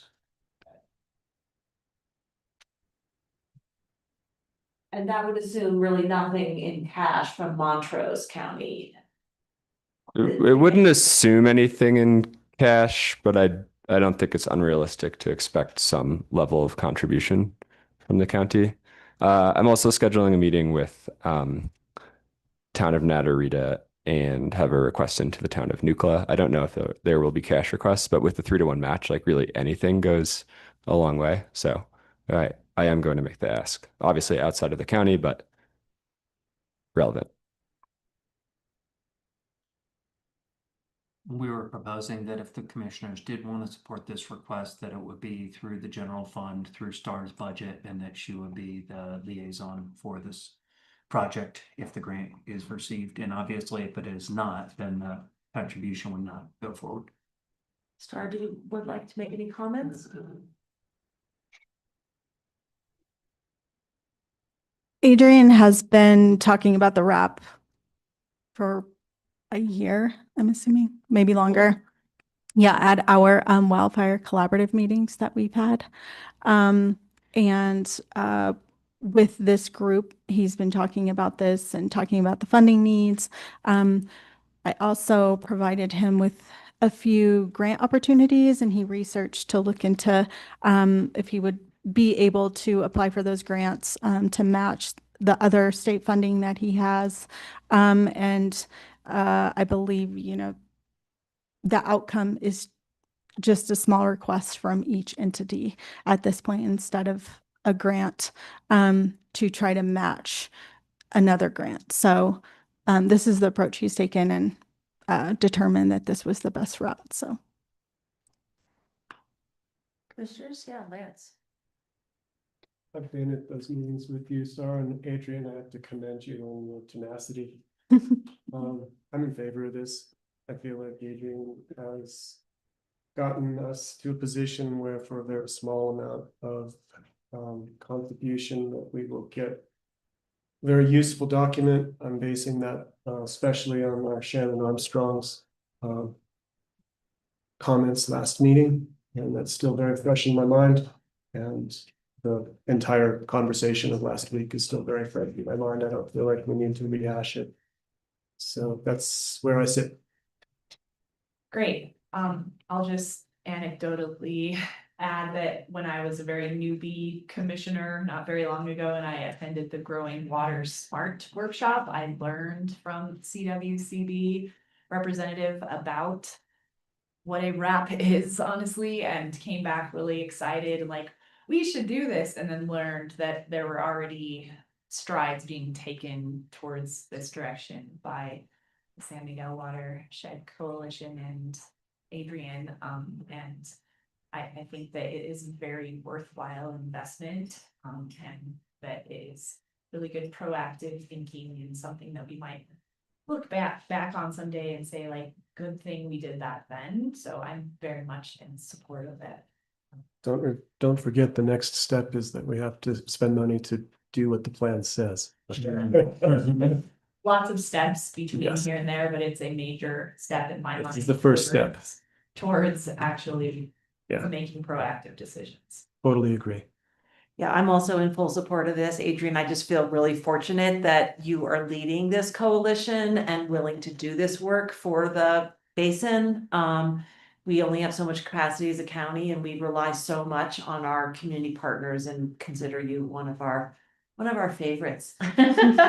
So I am ready for a motion.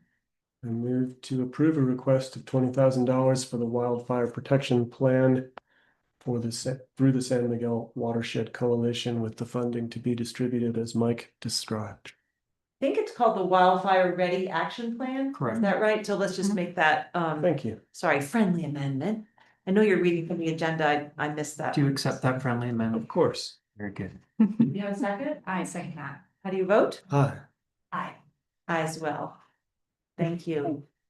Thank you, commissioners. We really appreciate the strong endorsement and are looking forward to continued work with Star and Shannon and the rest of the county on the plan over the next couple of years. Take this momentum to Montrose tomorrow. I will. Thank you. Thank you, Adrian. Thank you, Star. Okay, we are now 5 minutes early for lunch. Do we want to get any final business done or should we take those extra minutes to breathe? Oh no, yeah, we do. We can't do the appointments yet. Do we have lunch? Okay, let's breathe. All right, we are going to adjourn now until 12:40. At 12:40, we will return to address some appointments for the lodging tax panel and then mining regs, etc. So see you at 12:40.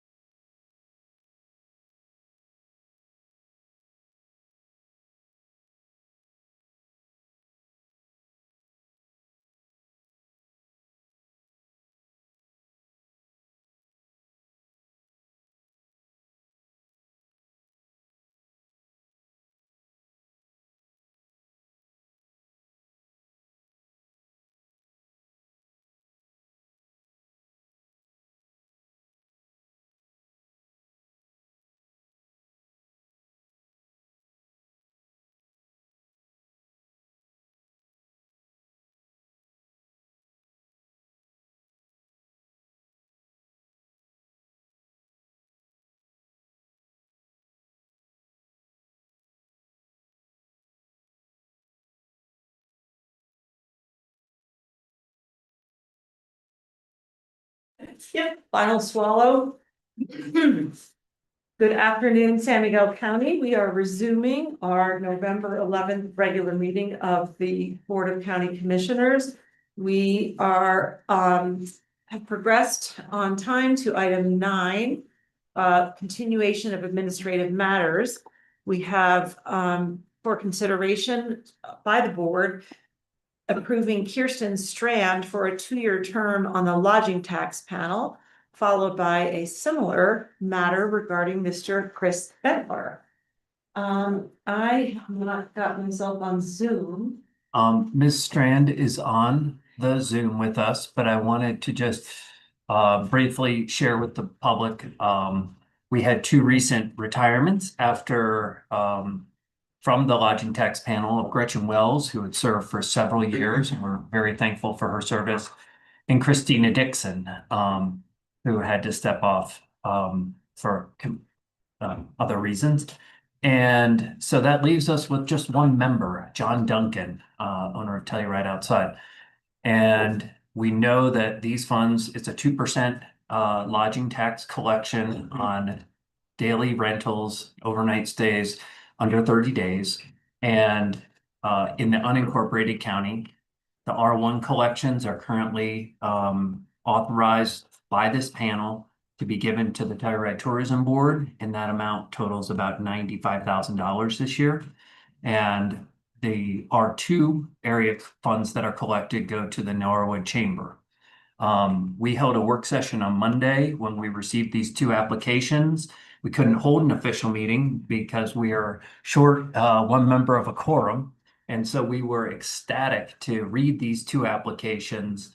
Both Ms. Strand and Mr. Bentler are ideal candidates for this board, given their experience and background.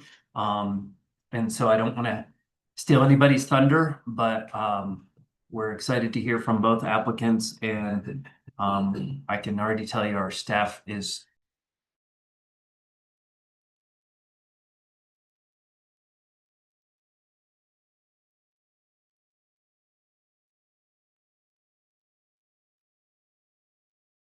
Hi everyone, my name is Kirsten Strand. It's nice to see all of you. And yes, I'm excited to join the lodging tax panel. Thanks for considering my application. As I mentioned, I am currently employed with the Madeline Hotel and Residences. I've been with Auberge Collection for 4 years. You guys can hear me. And prior to that, I was with the Fairmont Franz Clammer Lodge for about 8 years. Many moons ago, I've also worked at the Peaks and with the Telluride Tourism Board, so lots of hospitality experience within the region. Sounds like an ideal lodger to participate on the lodging panel. Thank you so much for your interest, Kirsten. I don't see Thank you. Mr. Bentler. Is he online? But I will mention that he did attend the lodging panel meeting, the work session on Monday, and introduced himself. I represent the Board of Commissioners on that panel. So had the pleasure of meeting him. He is the general manager of the Backcountry Inn, which is super interesting, the kind of mix of lodging they offer. They have short-term, hotel rooms, and then they also have some, I guess, sort of mobile homes in the back that are seasonally rented to Telsky employees, but seasonally rented to the public. And then they have RV hookups and all sorts of things. So he has a really nice, I think, perspective, and also being from the Norwood community. We always want to have representation across the county. So does either of you have questions for Kirsten? I'm looking at the commissioners, or anything about Mr. Bentler? No questions, but I do have a motion. Yeah, I don't have questions, actually. Your information you provided was really helpful, Kirsten, so thank you. And I just wanted to say thank you for being willing to serve. Really exciting that we have 2 applicants with 2 vacancies, and both you and Mr. Bentler are very well qualified. I think will bring a lot to this board. All right, I think we're ready for a motion. I move to approve both Kirsten Strand and Chris Bentler for a 2-year term on the lodging tax panel. I second. How do you vote? Aye. I as well. I as well. It's official, Kirsten, and Carmen will be in touch. regarding our next meeting, which I think we set for December 18th. 18th. Yeah, so you'll get an invite and all that kind of thing, and yeah, I'm wondering if someone, well, we can provide brief you at that meeting, but if you feel like you'd like to get up to speed sooner than that, just Please. reach out to Mike Bordonia, our county manager, and he'd be happy to sit with you and kind of bring you up to speed. Yes. Sounds good. Thanks, everyone. Thank you. Thank you. All right, moving on now to item 10, specifically 10A. This is a continued public hearing, continued from September 17th. The Board of Commissioners is considering a resolution to amend the San Miguel County Land Use Code and adopt regulations for mining and mineral processing operations. We have 2 hours allocated to this topic. We'll see how much we need. We will begin with a presentation, I believe, from Kay Simonson and or Tori Jarvis, who's going to take the lead. Kay? Me. Okay, and she'll bring us up to speed on where we are. We will have questions from commissioners and responses from staff at appropriate times during that presentation or after that presentation. After which I hope I will remember to open the public hearing without a reminder. And we will look forward to hearing from members of the public, whether you're online or in the room. We typically toggle back and forth between people online and in the room. We do not generally, I'll remind you again when we get there, but respond to comments or questions during public comment. We try to avoid any kind of back and forth, but the commissioners take good notes during the public comment, and following the closing of the public hearing, we will respond to what we can. So that you are certain that we've heard you and we understand one another. I will say that we don't have it on the agenda here, but I will likely request an executive session after the public hearing. There's been quite a few, well, some comments coming in about the legality of these regulations and some concern about that. And so I would like to consult with our attorneys on this matter before making any final decisions. I assume that I'll get another member of the commission to agree to that session. During the executive session, the public will need to step out and we will go offline. But then we'll come back, and so you can hear any further deliberations and comments by the board before we make a possible decision. Sorry, yeah, Tori Jarvis. Just to clarify, you were saying after the public hearing, but I think you meant after the public comment portion of the hearing. Okay, thank you. Yeah, yeah. I'm Whole thing almost done gets with the my hearing. year as chair. Maybe by December 31st, I'll have all that done. Thank you. Okay. Any questions on the process? If not, we shall begin. Okay, take it away. Okay. Good afternoon. I've sort of lost track of how many meetings and presentations I've had on this one, but here we are. Just as a reminder, you've seen this slide before. As we drafted these mining regulations, we took a regulatory approach, and the intent of the regulations is to mitigate the impacts of the proposed activity. So the emphasis is on impacts to the county that are not otherwise addressed or mitigated by state and federal permits. The new regulations are intended to provide increased transparency and clarity for everyone, applicants and the public and any other interested parties. An applicant for a mining activity will be required to provide reports, plans, and studies that analyze the impacts of the project and to explain in the application materials how the applicant will mitigate those impacts. Application requirements consistent with our current land use code may be waived or modified based on the scope and expected impacts of the proposed activity. And materials prepared for federal and state permits may be submitted in order to avoid preparation of duplicate studies and reports. And finally, conditions of approval may be included based on the needs of our referral agencies. So at the September 17th meeting, we held a public hearing on these regulations. And at the conclusion, the board did continue this with direction. And there were 5 things within that. The first was to meet with the Planning Commission to consider the waiver of standards provision that was in the draft under section 6-302C for that meeting, and verifying if this met the Planning Commission's direction and intent. We were also asked to contact the Bureau of Land Management to discuss the recreational mining requirements and proposed language regarding exemptions. And then also to contact the Department of Energy Legacy Management regarding the impact of the draft regulations on legacy leases. We were also asked to update the purpose statement to include a clear intent that is consistent with the policy statement contained in Article 2 of the code. And then this kind of dovetails with number 1 was to further consider the waivers of standards and a possible appeals process.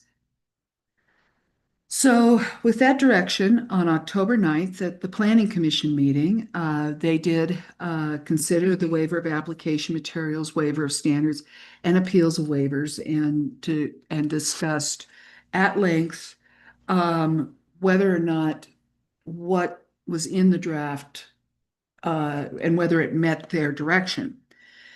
Following that discussion, they unanimously moved to retain 6302B, the waiver of application materials, as written in the July draft, but they withdrew their earlier recommendation from June to add section 6-302C, waiver of standards. There were a number of discussion points. The first of those was the ability of the planning director to waive application materials is already contained in the land use code. The waiver is a determination that the project foreseeably has no impacts as relates to that particular subject. So it follows that that standard will be not applicable. And the second discussion point was revolved around the importance of affording everyone a fair and open process. This includes the applicant, the public, and any other interested parties. Because administrative decisions do not have notice, parties with an interest would not be aware of the decision and therefore unable to provide any sort of feedback, and especially unable to provide to appeal that decision in any way. If there were an appeal process, whether it was to the Planning Commission or to the board, that would result in that body acting in a pre-decisional manner on the proposed activity. It's to be expected that if you were presented with an appeal to waive a standard, you would want to know significant details on the project. And that would get into, discussing the merits of the application before an application is actually submitted. Excuse me. If an applicant truly believes their project has no significant impacts with regards to a particular standard, they can state that within the application. It is totally okay for them to say that this is not applicable because. We appreciate the because. Sometimes we only get the not applicable. And then it's up to the decision makers, whether it's the Planning Commission or the BOCC, to consider whether or not they concur and would make findings accordingly. Alternatively, say, no, this is important. Please give us information about this and about how you're meeting this standard. And then the final concern is a waiver of standards is something entirely new in the code. We don't have anything else like that. So if we start creating a waiver of standards for mining, this could create a precedent for other uses and activities that are regulated by the land use code. A final bullet point that I didn't have here on my slide, because it was rather full, is that if we have this administrative waiver process and possible appeal process, it actually could significantly lengthen the time period for review, which is not in favor of, to the benefit of anybody, the county, the citizens, or the applicant. So the basis of the Planning Commission's decision to withdraw their prior recommendation that there should be a waiver of standard provision takes into account the potential conflicts that may arise by allowing the planning director to make administrative decisions that rightfully should be made after consideration of the entire record by the decision-making body through an open public process and with full input from applicants, citizens, and interested parties. Also, the proposed language allowing the waiver of application materials sufficiently addresses concerns regarding the need to prepare materials that duplicate state and federal permit requirements and is consistent with the current provisions and process of the existing land use code. And finally, applicants retain the ability to state within their applications that a particular standard does not apply because there are no related impacts, at which time the decision-making body can concur or request that further materials be prepared and submitted. Moving on to the casual use. Okay. About that, it makes perfect sense to me, the logic of the planning commission about why they wanted to remove the recommendation for a waiver of standards. But I have a question about the potential appeal process for a waiver of materials, because that remains an administrative decision. Mhm. I understand why, but should an applicant disagree with the planning director's willingness or unwillingness, I guess the unwillingness to waive some application materials, how would that be addressed? It would then be up to them in their application to explain that they do not feel that item is applicable and why. Okay, That's essentially how it's appealed, is to state it in the application. And then it's up to the decision maker to say, whether it's the planning commission or the BOCC, to say, yes, we agree, we don't need that information, or no, we don't agree, we do need that information. okay, I just wanted to make sure that there was that ability and that you or any future planning director couldn't just hold up the application because they refused to provide those materials after this kind of back and forth discussion. Yeah. They could make that point in their application. Yes. Okay, thanks. Regarding casual use exemptions, we reached out to both the Uncompahgre Field Office and Trace Rios. And we were very glad that despite the shutdown, Dan Ben Horn was able to get back to us. And he, in both an email and then a later conversation with Tori, was able to clarify the BLM's recreational permitting program. And he gave us some language to use, which we've incorporated in. And one of the concerns that was raised by the public was using small motorized sluices. He did explain that, yes, sometimes the BLM will allow those small motorized sluices. So we're really putting it in the hands of the BLM as to what casual use activities will be allowed. We've within the draft modified 6301C permit required to say activities that are considered casual use by the BLM are exempt from these regulations and do not require permit issued pursuant to this section. And then we've made corresponding changes to the definitions for exploration. Just as a we're specifically citing the BLM, and you might say, well, what about Forest Service? Forest Service specifically defers to the BLM for casual use mining. So even if you're on Forest Service land, if you need a permit for casual use mining, you go to the BLM for that. Thanks. So Clarity on that. Yeah, it was good. It was important for us to have that conversation about casual use because the regulations are not clear that casual use can include motorized, but they have a determination from their solicitor general, like their attorneys about that. So it wasn't immediately obvious to us either, but. And I don't see any of those casual miners here in the room, so presumably they're satisfied with this change. We'll see. yeah. I had a question about this as well. I noticed that the BLM says they do allow small motorized sluicing. And I'm looking at 6301KC. We say that it provides a lot of comments about what can take place without a permit, but we didn't add in small motorized sluicing. So what we learned since our last meeting is the definition of casual use. That term casual use actually does include small motorized up to 10 horsepower and a certain size pipe. So by using that term casual use, that's what it took multiple, like the conversation with the BLM to clarify that as long as we're using that term casual use, they understand that to mean up to a 10 horsepower motor. But we do specify non-motorized sluicing, so do you think that will confuse the casual Yes. use So minor? there, we did write in other activities defined as casual use by the BLM. That was just. Right, right, The you quick think way that's to get clear in and enough? out. Yes. Yeah. Okay. Yeah, especially given also that we specifically say in 6301C that activities that are considered casual use are exempt from these regulations, so.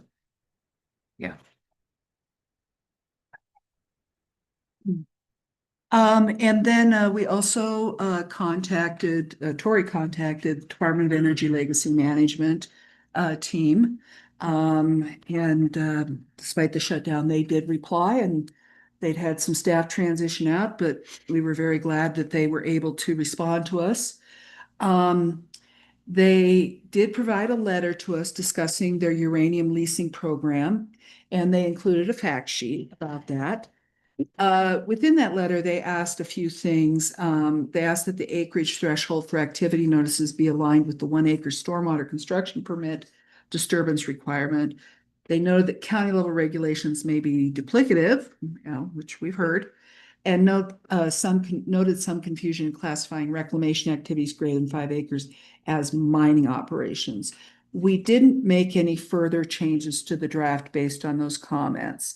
And I don't know, Tori, if you want to chime in on this one or. Yeah, I'm happy to.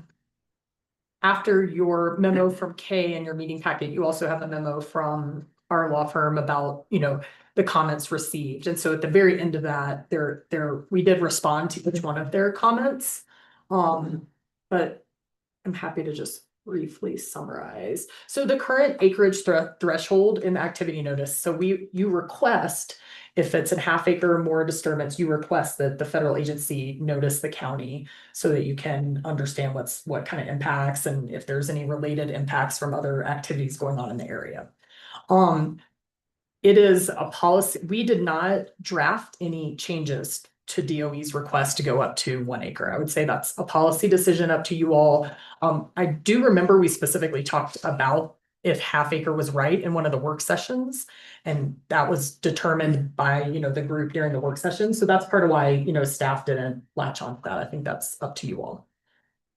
The second one is the duplicative. I do believe we've covered that quite well in other discussions. Happy to talk about it more, but I'm not going to belabor it. And then the other one was that the 5 acre, looking at a reclamation only project that's more than 5 acres as a mining operation. That's really for the purposes of your regulations. And so we did actually add a tiny revision that says for the purposes of these regulations. And I think that's the quickest way. We're just trying to set different size projects on the right path for county regs.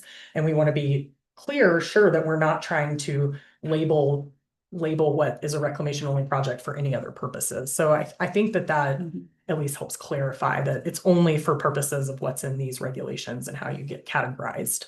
So that was a tiny revision. Yeah, the previous half acre exemption or threshold was largely due to, we want to make sure that they could be responsive if they had very small cleanup projects, like there's a small adit that needs to be closed out.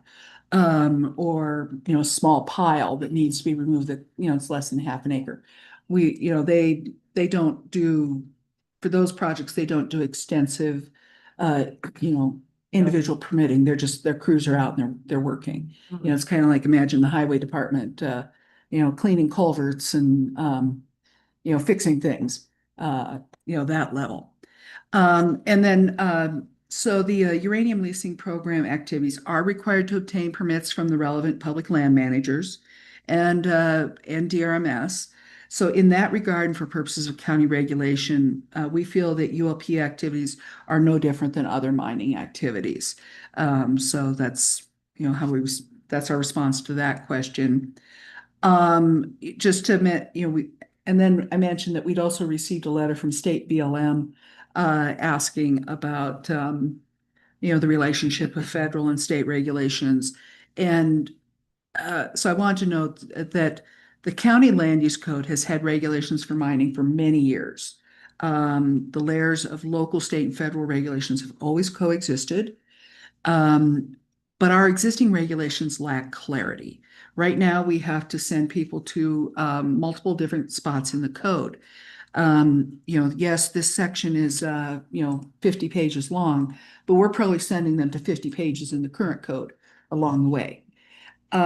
So the hope is that the new, more detailed regulations will provide better guidance to those seeking permits, as well as to the decision makers, and also to the members of the public, helping them understand what's going on.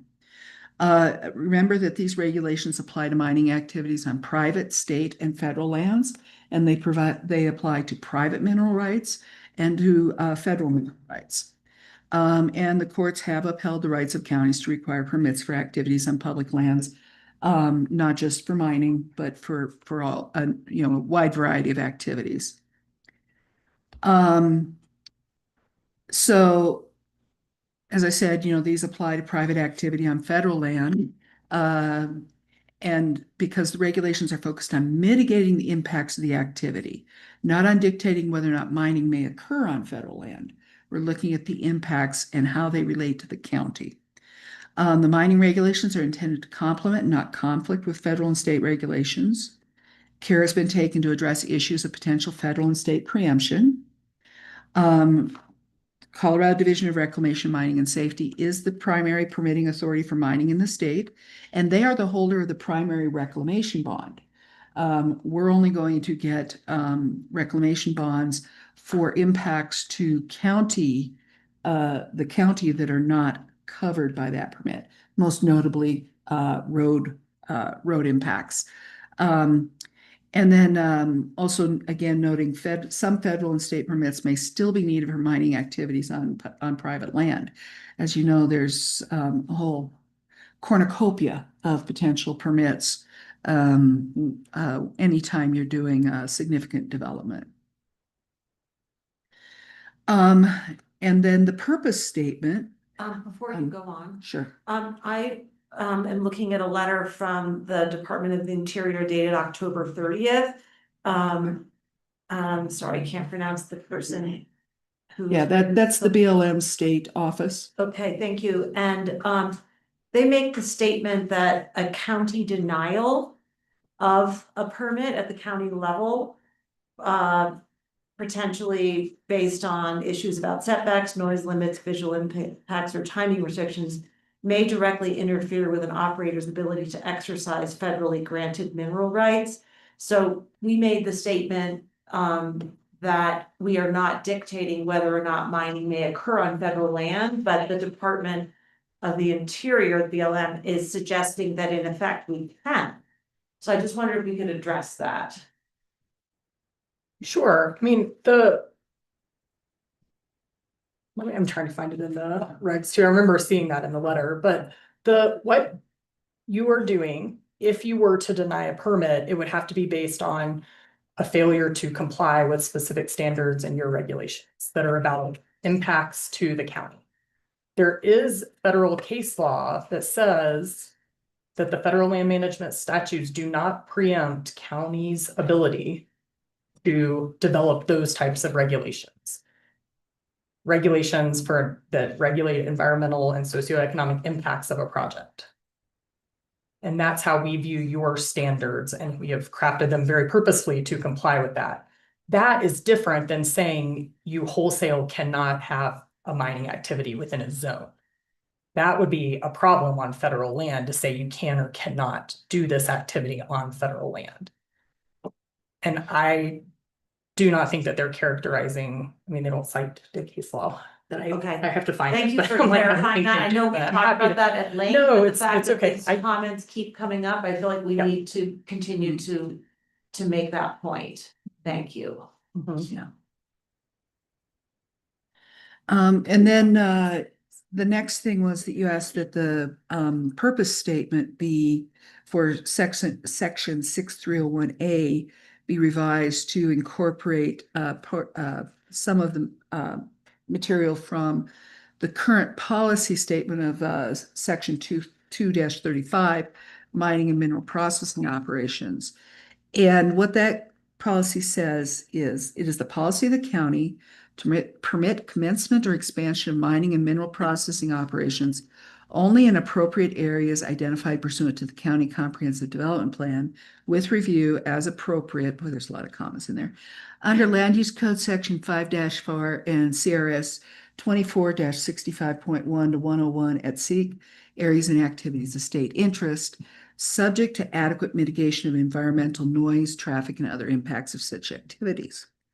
So we're recommending that the purpose statement in 6301A be revised to read, the purpose of this section 6-3 is to permit commencement or expansion of mining and mineral processing and related activities in appropriate areas identified pursuant to the County Comprehensive Development Plan in a manner that protects public health, safety, welfare, and the environment and wildlife of San Miguel County, and in a manner that complements and does not conflict with or duplicate state or and federal permitting processes. So that is the purpose statement. Is that making sense to y'all? Okay. We did make a couple of other small changes in here. In sections 6304 and 306, the standards, several of them, we rephrased them to state will not have a significant adverse impact instead of an adverse impact. And with the adoption of 6101 last year, significant, adverse, and impact are all defined. And then exploration has been revised to add the act of searching for or investigating a mineral or construction material deposit within places of potential natural occurrence or within refuse. And then it continues on. Exploration includes, sorry, I forgot to underline within refuse. That's the addition. And this aligns with the definition of mining operations, and it recognizes the increased interest in determining if commercially viable materials exist within waste rock. We know that remining is very much a thing, and that's to be encouraged. But for an operator to get to the point where they want to undertake it, they do need to quantify and analyze. And that can be a process very similar to our other exploration activities. So that was one change that we made. Everything else was just, correction of slight wording corrections, punctuation, typos, things like that we caught. Any more questions on these? So initially, this was sent to 69 local, state, and federal agencies, municipalities, and organizations. We received prior to the Planning Commission meeting and the last meeting, comments from several of them.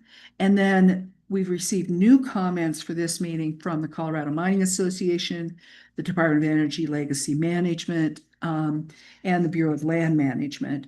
And then, of course, we also received a lot of comments for the work sessions, and those are contained in those meeting packets. So the referral agency comments, already talked about these quite a bit, actually. We had the Bureau of Land Management feedback regarding casual use, and then we had the state office letter with their concerns about potential conflicts with and duplication of federal and state regulations. Department of Energy Legacy Management provided information on the ULP and then had their questions as well that we've already talked about. And then the Colorado Mining Association submitted a letter that was included in the packet asking that consideration of the draft regulations be delayed in order to have a multi-jurisdictional discussion. They submitted an additional letter with red lines of the draft regulations. That was received late. We did update it on the, added it on the website yesterday, but staff has not been able to review that. Public comments, we received 3 for the Planning Commission meeting and 6 more for the September BOCC meeting. The main concern within those letters was the impact on recreational mining activities, which I think we've addressed. And we haven't received any additional comments since that meeting. Review standards for land use code amendments are contained in LUC section 5-1802. And state that code amendments may be initiated by the county by persons who are residents of or own property in San Miguel County. And the single standard is that the land use code amendment shall be drafted in a form consistent with the organizational format and style of the code.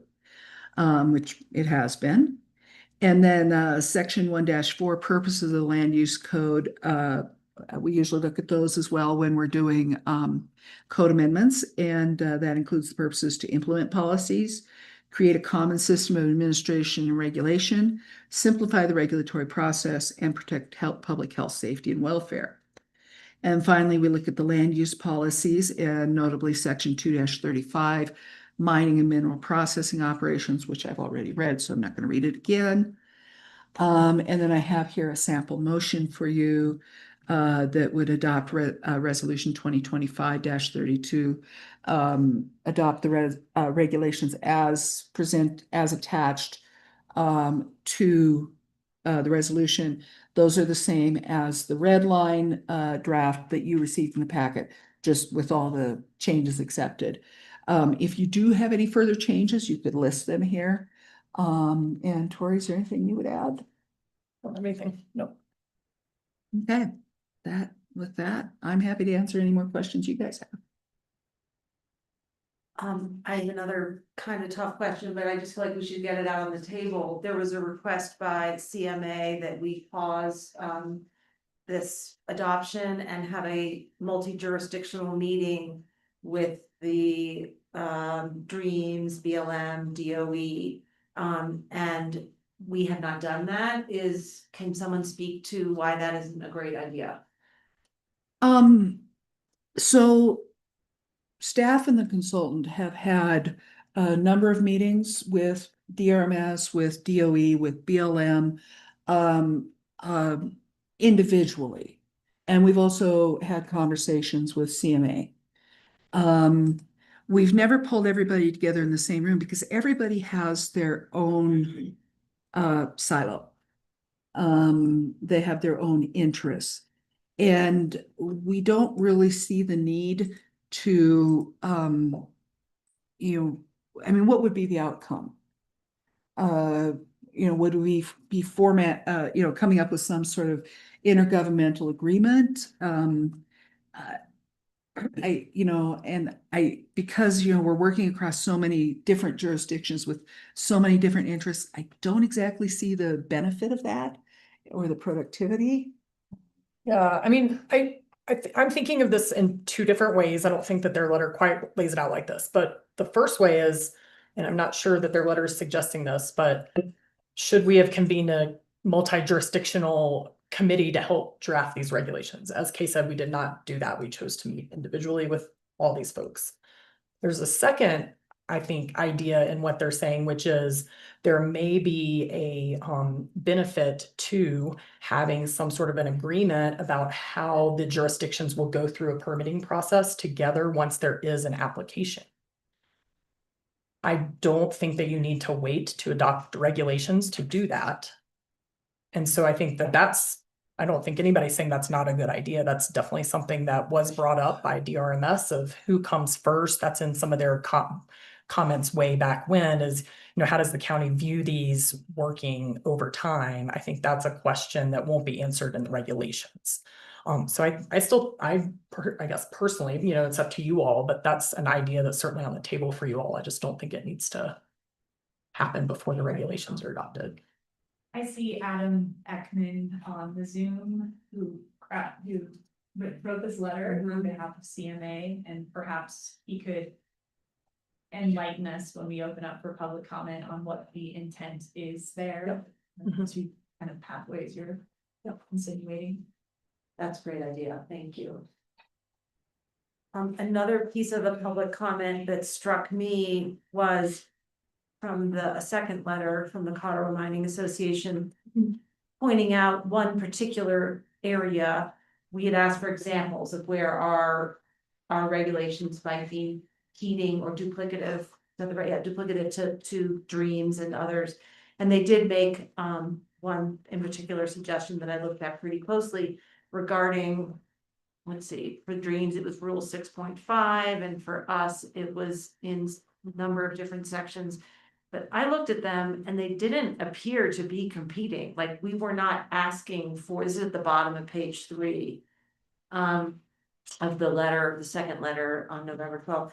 they appear to be kind of a restatement of what Dreams was asking for, and I just wanna say again, my understanding is that our regulations are designed to, when possible, duplicate so that they can provide, the applicant can provide the same application materials. And then to clarify areas that are just unique to the county, but that I don't see in this example in particular, anything that's competing or contradicting what is requested by Dream. So I just wanted to respond to that comment as well.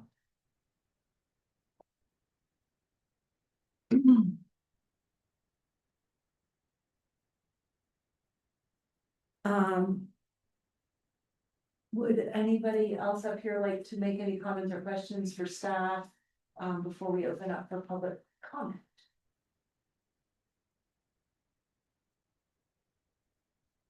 I mean, I guess I will say, staff hasn't had a chance to look through the red line version that CMA submitted. I did read through that, and from what I can tell, everything that was omitted was what was perceived to be duplicative information within our regulations.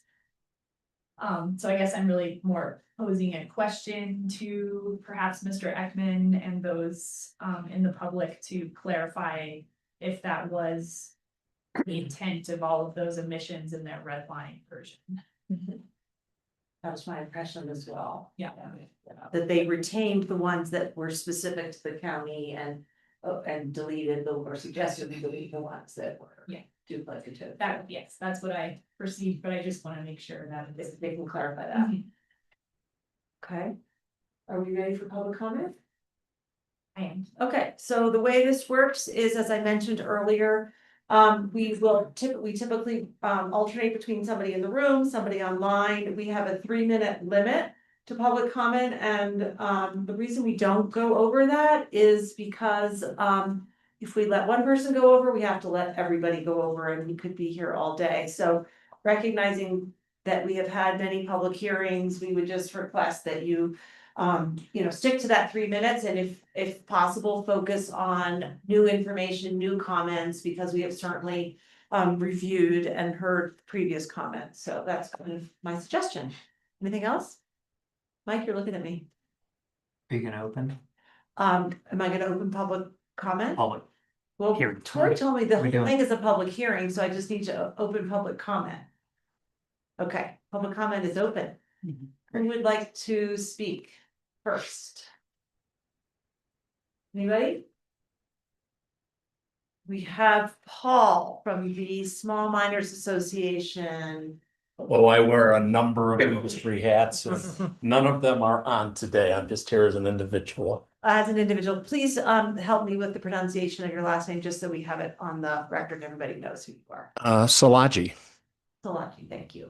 you're welcome. Thank you for the hospitality today. It was most appreciated. What's new? Uranium is now again a critical mineral. Uranium and vanadium are the two key minerals that are on the western slopes, and it's a unique endowment throughout the world. And I will tell you, nature is not done. We continue to find new minerals on the western slopes. What's new? COP30 just re-emphasized their pledge to increase nuclear power threefold by 2050. The two main reasons are for deep decarbonization and the need for energy, and an attempt to reduce the energy poverty that much of the world lives in. I'm here to speak in support of CMA's comments, and I believe that that would be the best pathway forward. I've been working on trying to improve efficiency and permitting since 2013. We're not there yet. I think there's been some great things that came out of this process and all the work that was done, because in the first planning committee meeting, the comment was miners can walk away from current sites and leave them unreclaimed. That's not the case. It led to a discussion with DRMS and $1 billion that the state treasurer holds. With that, with your permission, I'd like to cede the rest of my time to Adam Ekman at CMA because I don't think 3 minutes is anywhere near enough time for the magnitude of the issue. Thank you. Thank you very much. That's something that we. We don't typically do that because that's giving someone else more time than is allowed to anyone else. Okay, would you like If to, I may, pursuant to Robert's Rules of Orders, I would make that request. I'm looking to our attorney for her. If you want to allow it, you can allow it. Okay, It's arguably it's a timekeeping game, right? We don't practice technical Robert's Rules of Order, but it's one of those things where if we have 5 hands go up online and they all say, hey, I defer my 5 minutes to, or my 3 minutes to somebody else who's keeping track. okay, why don't we allow, I think, Paul had another minute and a half. I'll allow a minute and a half additional for Mr. Ekman. We have reviewed your letters, so it's not like we haven't heard from you, but please go ahead. And we'd love to have you turn on your video if you'd like to. So that will be 4.5 minutes for Mr. Ekman. All right, can you hear me? Yes. Well, thank you, commissioners, for hearing from us again today and for your discussion of the letter I recently sent. To clarify the question that was raised, we do believe that it would be ill-advised to move forward with the package that's being considered today in the context of the multi-jurisdictional conversation that we think needs to take place.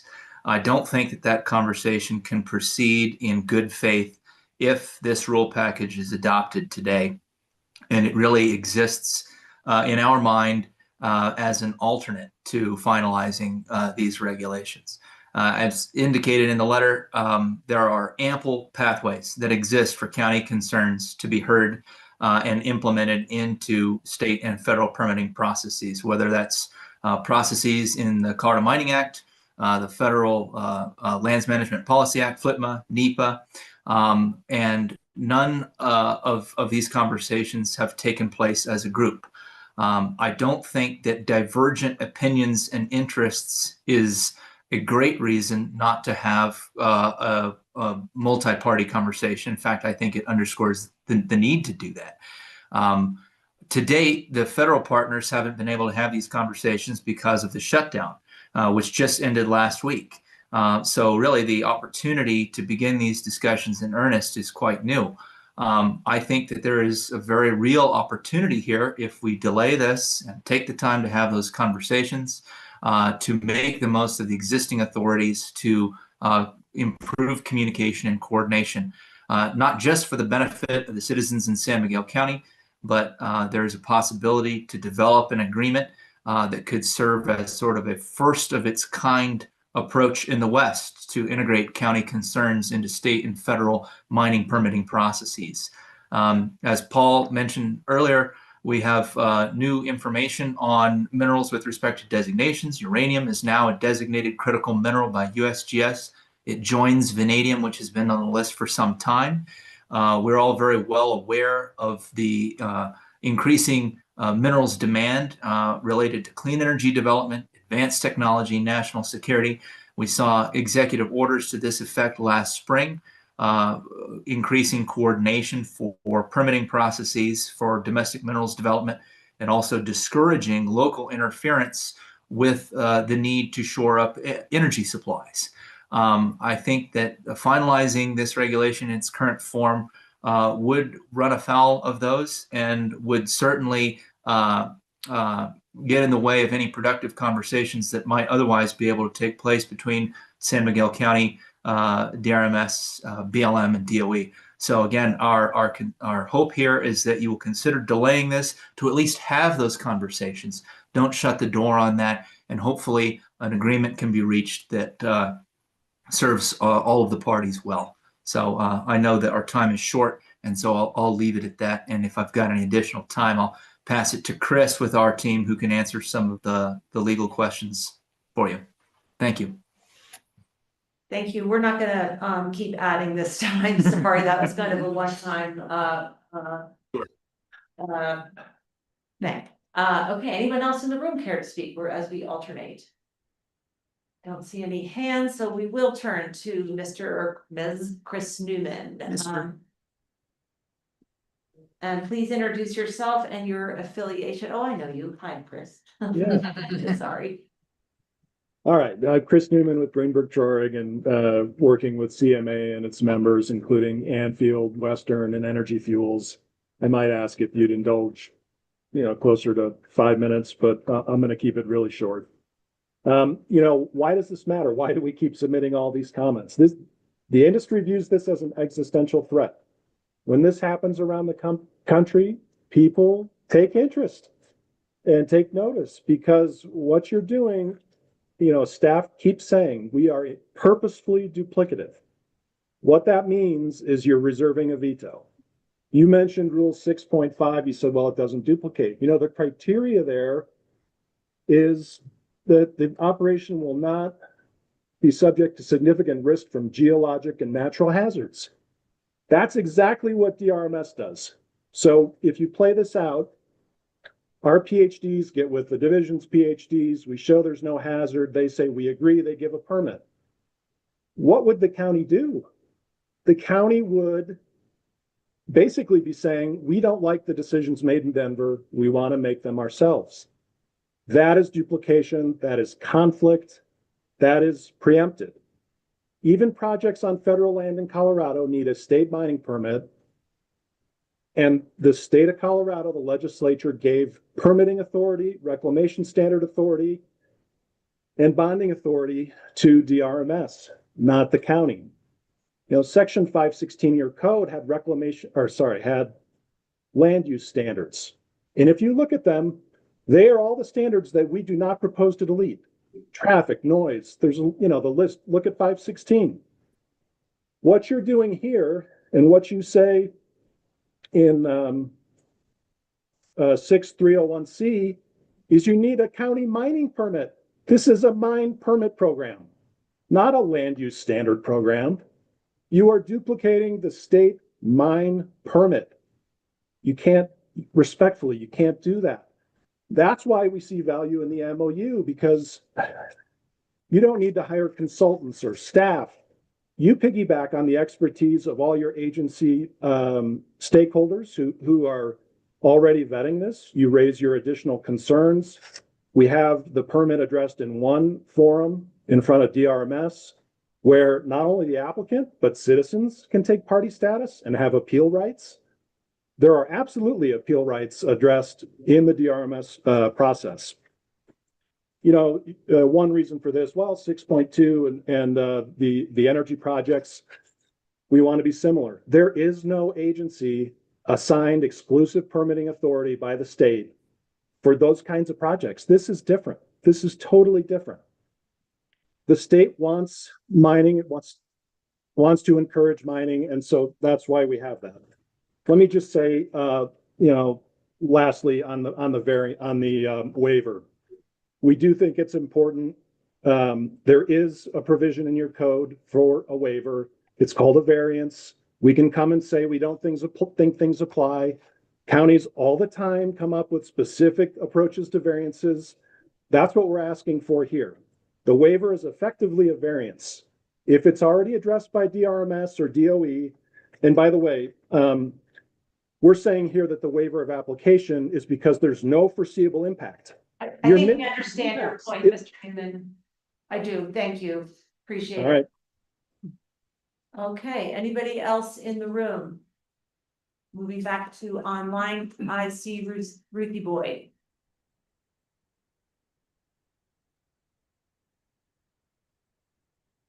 Hi, everyone. Hi, commissioners. Thank you for addressing this topic today. I just wanted to reiterate Sheep Mountain Alliance's support for this land use code update, as well as our appreciation of the removal of the waiver. We think you have a really strong code and one that has a lot of thoughtful input that's been through a long public process. So we would support a motion on the code today. Thanks so much. Thank you. Anybody else in the room? Okay. To commissioners, is there anything follow-up you'd like to make based on the public? Oh, I guess I should now close the public comment period. Is that correct? Is it time for that? Yes. Yes, I'm closing the public comment period.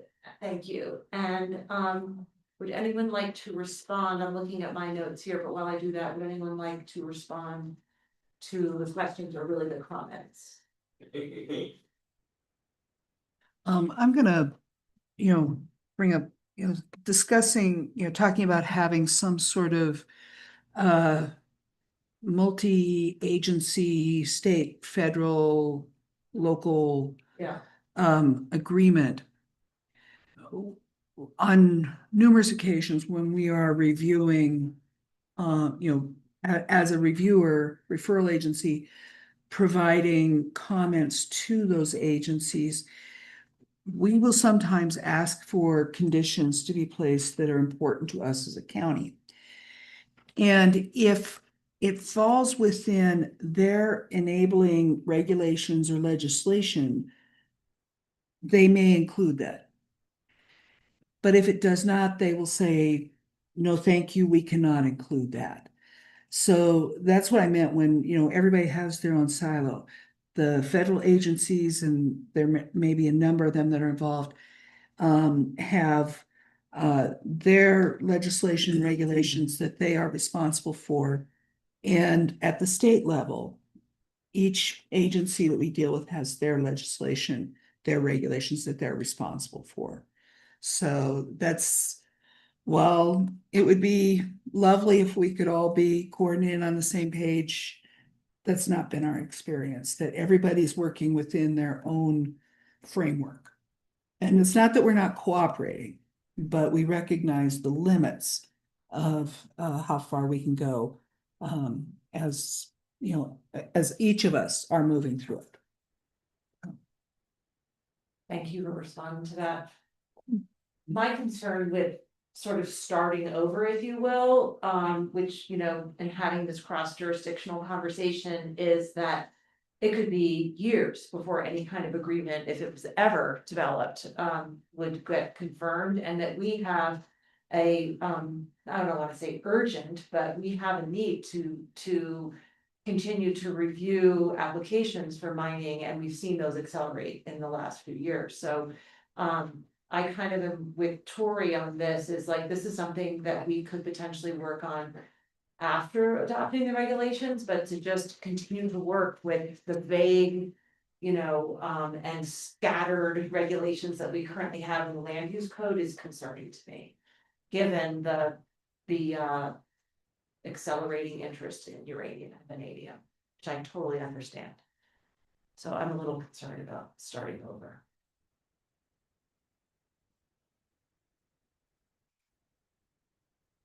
Lance, anything to add? Let me try to respond to Mr. Newman's concerns about duplication. Mr. Newman, in my mind, I'm not intending to regulate mining that's already being done at the state level. I'm merely intending to take the existing paperwork that's been submitted to the state and file it in our files as well, with a tick mark on the box saying that that was completed. I know we've been back and forth about duplication for quite some time, and I finally am beginning to understand your concerns. I hope that my answer maybe assuages some of yours. I don't foresee this board or any future board usurping DRMS authority based on an existing approval of any of their requirements. But I do foresee us resting easier knowing that those have been met and having that documentation in our files. I wasn't maybe quite as clear as you were, Commissioner Brown, about Mr. Newman's comments about waivers and variances, but I will say that if there is a situation where I am asked to determine whether or not granting a waiver is appropriate, that I can come up with a simple yes or no, or I could perhaps, with the help of my board and other staff and great minds, including the applicant, come up with a variance that is acceptable and a reasonable compromise.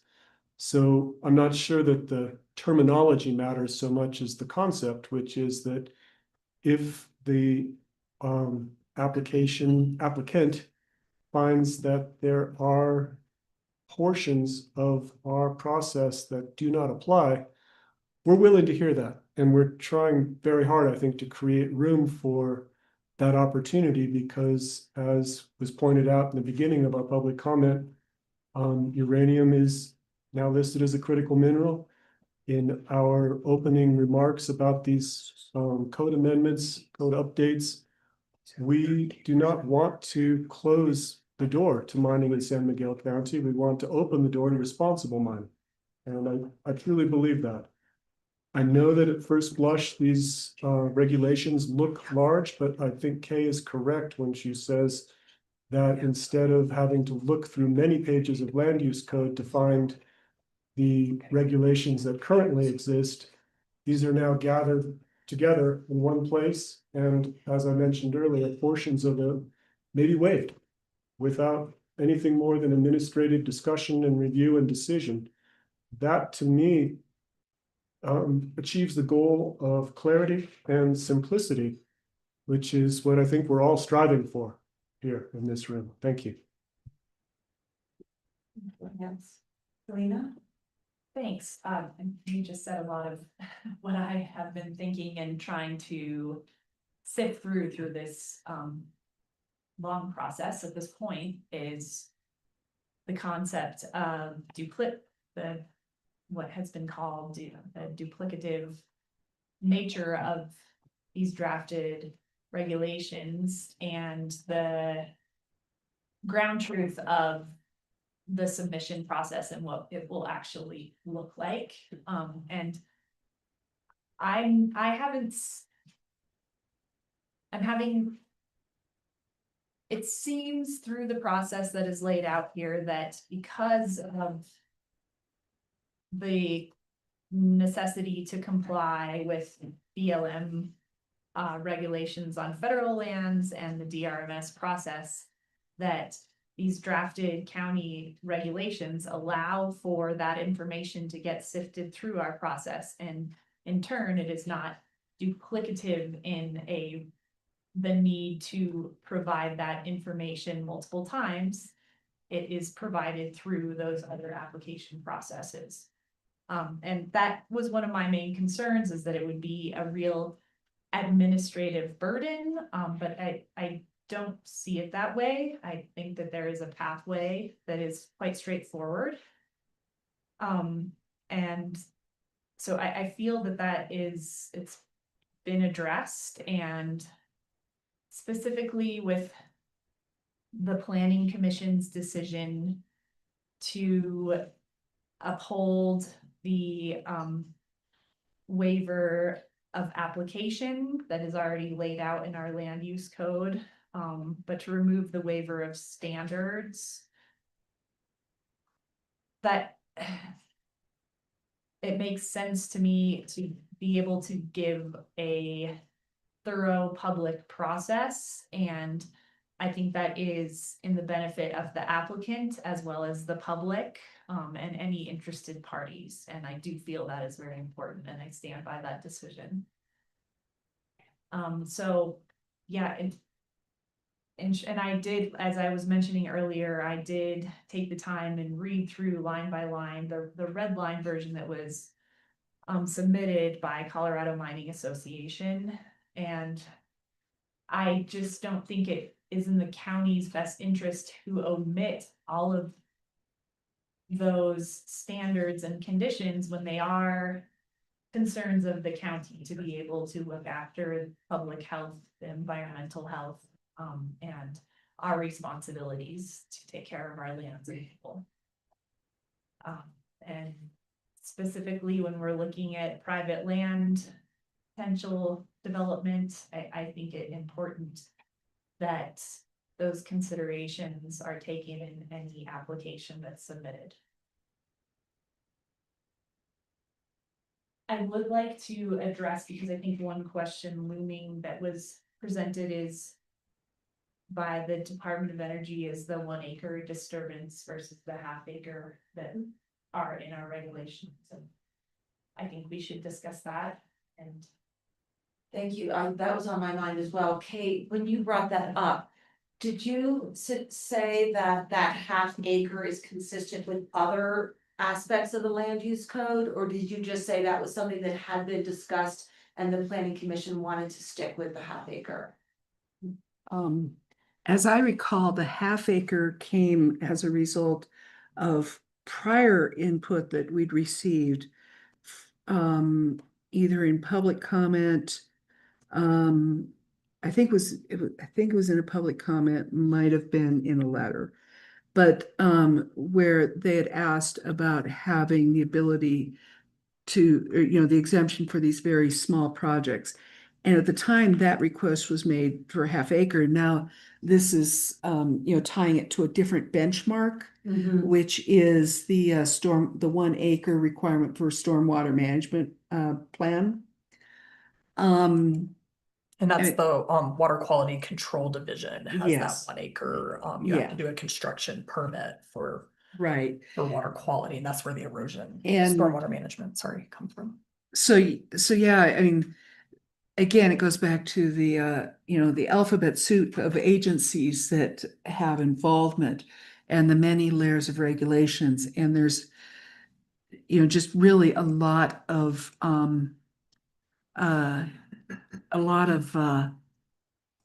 different benchmarks and, you know, where standards do apply or don't apply and everything. And, you know, which one do we pick to tie it to? So it's really at your discretion if, you know, if you wanted to change the activity notice section. So the half acre was set after conversation with BLM, is that what you said? I think that was a comment brought up by the DOE in maybe the planning commission meeting. I do not remember any specific comments on a half acre, so I do remember talking about it at a work session. We'd have to go back through all the our participants in the you work know, session, our- so I'm not sure that it's from a particular comment from anyone. Yeah. It was, in my mind, it was more a discussion amongst the group at a work session of what is the appropriate acreage that, you know, the county would like to pick to get that. I don't remember talking about the 1 acre stormwater threshold, so I don't remember anyone weighing those two things in particular either. I think this is a new suggestion. Yeah, exactly. 0.75. I mean, I honestly, I don't have a strong opinion because I don't have, you know, background on this, so I would defer to staff or someone who knows more than I. Alina or Lance, do you have a suggestion? I think that was tongue in cheek, but I don't know. I stand by it, actually. I don't have any real reason to feel strongly about 1 acre, half an acre, but hearing that there's different voices with different ideas, I'm quite content to split the difference. It's not hard to measure 3/4 of an acre. It's just as easy to measure a half or a whole. If I may, the only difference I think was that the Department of Energy was asking for that 1 acre threshold so that they had the exact same threshold for stormwater management and for county activity notice. So I'm just not sure that the 0.75 would address their We can help them. rationale. You're right. I'm Just happy to to go point out with- their rationale I'm for it. happy to go with that 1 acre request if that's simpler for one of the many agencies that are involved. I certainly don't have a problem upping that threshold by half an acre. I don't think it's gonna trigger anything that we don't foresee, and if that is, you know, helps to be compliant with DOE's standards, I would support that.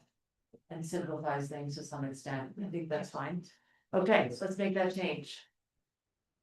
Madam Chair, I do see Adam Ekman's hand is back up. I'm- I don't know what your preference is, but I know that we have been working on this long and hard, but we may be reaching a decision today. And if you would be willing to reopen public comment, I'd be interested to hear it. Okay, let's reopen public comment. That would be for anybody who would like to make a comment, not just for Mr. Ekman. But since you were the first hand that came up, go ahead, we can provide an additional 3 minutes. Thank you.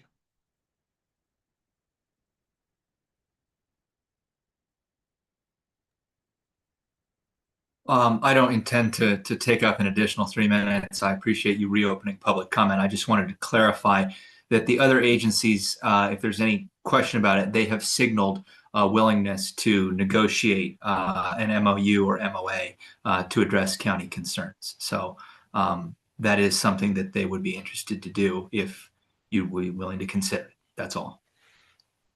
Thank you. Thank you. Anybody else in the room care to speak? Okay, we are again closing public comment.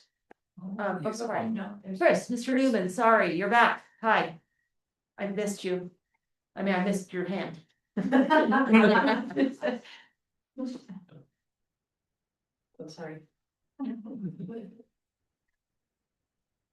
We're getting it, Chris. There you go. You missed me. I love it. This is just an administrative matter. The planning commission voted on a July version. You're now taking up an August version. I've been kind of confused about what version and we're working from and what's in the notice and what's going on here. If you guys could clarify, that would help a lot. And then you propose a deletion in 5-320F of some, it just two-step review is what's addressed there. And there was something about mining on private property that's proposed to be deleted. The remaining language only addresses public lands. And obviously this new section 6 is addressing all lands, right? So I don't know if, and I use this 320F as an example. I think all the two-step review sections around there have a similar deletion. And if you're intending two-step review for public and private, you may need to reconcile something there. That's all I've got. Thank you. I thank you, Chris. I have puzzled looks from both of our staff working on this. No. So Article 5 contains all of our zone districts, all of our development standards, all of our specialized use standards. There's a reason that it's, hundreds of pages. Within the individual zone districts, and 5-320 is specifically the West End Zone District, we have inconsistent terminology from zone to zone in how we describe mining. So with the adoption of Article 6, it will be uniform. The zone districts where mining activities are permitted are listed in Article 6. And what we're doing in all of these particular zone districts is striking any of the mining language and making it consistent. Because it's now covered in Article 6. Right. And so what 5-320 F is uses allowed subject to two-step review, subsection 6, Roman numeral 16, expansion of or new commercial mineral resource development, extraction operations and facilities. And we have different phrasing for that in every single zone district. So that's what that one is. So is that a cleanup of that inconsistent language? We're removing mining from the list of activities and uses permitted in individual zone districts in Article 5. So we're taking out a 5-307, 5-319, 5-319.2, 5-320, blah, blah, blah. And all of it will be in Article 6. And then if you want to know which zone districts mining is permitted in, you look at Article 6. Same as we did for solar. You go to Article 6. So that would be Article 6, Section 6-301E is now where you have all the districts that mining is allowed. And just to clarify, that hasn't changed for many, many versions of this document. Can you guys still hear me? Yes. Oh, sorry. Kay, I'm looking at the section right after what you read. It starts out conditional uses on federal lands, subject to Article 6. What I'm saying is that's limited to just federal land. This is telling you that I think that there's a two-step process for certain uses, including, and instead of just broadly Article 6, you're saying Article 6 on federal lands. And I'm just asking the question, that's narrower than what Article 6 says. Okay, so the reference to conditional uses on federal lands does not apply only to mining. It could be a gas compressor station, it could be logging, it could be any number of things.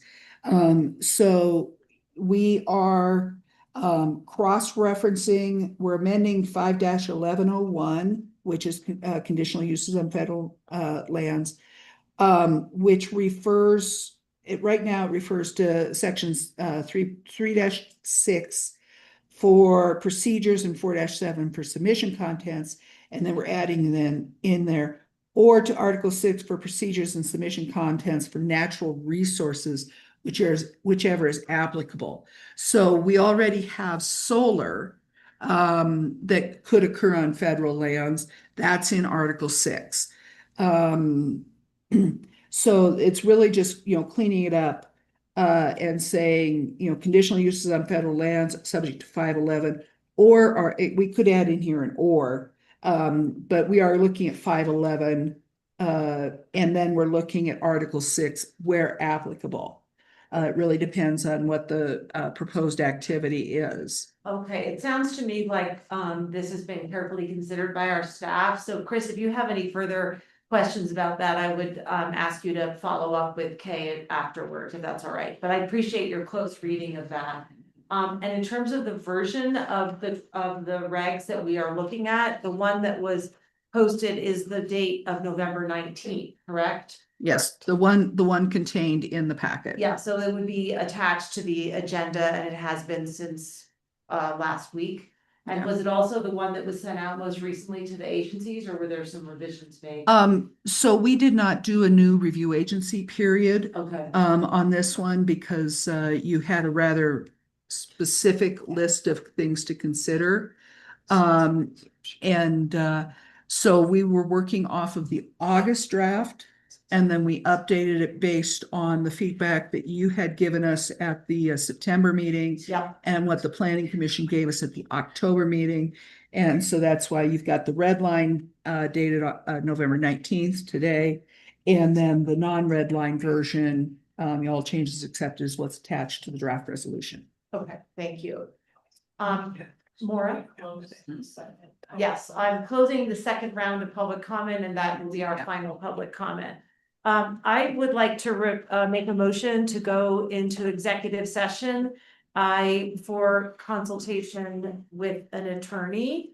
And I'm looking for something that tells me which. Motion for 4B, 24-6-402 subsection 4B for conferences with an attorney. Okay, I'd like to do that. Is there a motion to that effect? I made the She made it. motion. Oh, Oh, I will make a Looking for a motion. second. Are you seconding? No, I can't. Do we have?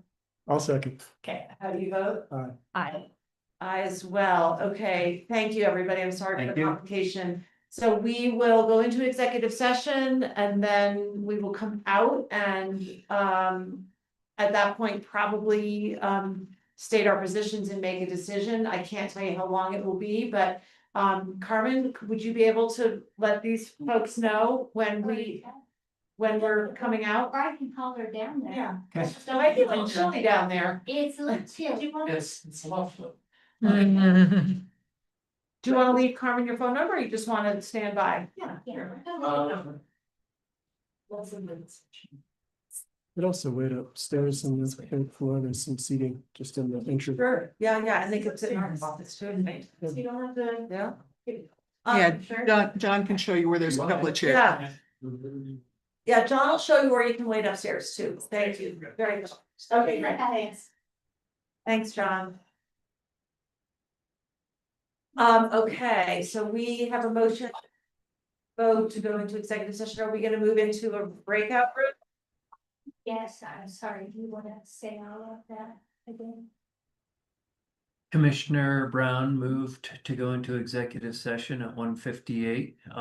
It was seconded by Commissioner Waring. All voted unanimously to go into exec session under subsection 4B. And we'll be going into a breakout And room. we'll be going into a breakout room. And we're gonna stop the recording because it's conference with an attorney. Correct. Or two. More than one. Yep. Lena, Jared, Jay, this one. And you can go, And you me? kind of automatically go. It's okay. I- Hey. I think I might have eaten the last slice, I'm sorry, my blood sugar was going down. So we're getting out to eat cake during such a. Visits, have you already or did not have those? Is this our last order of business? No, Wait. it's not. I think Galena and I really do need to leave. Yeah, just From them right now. 10. What's your stuff? Oh. You know, I have some flexibility, I'm 3:10 is max. 3:10 is great, and we, for commissioner updates. yeah. I think.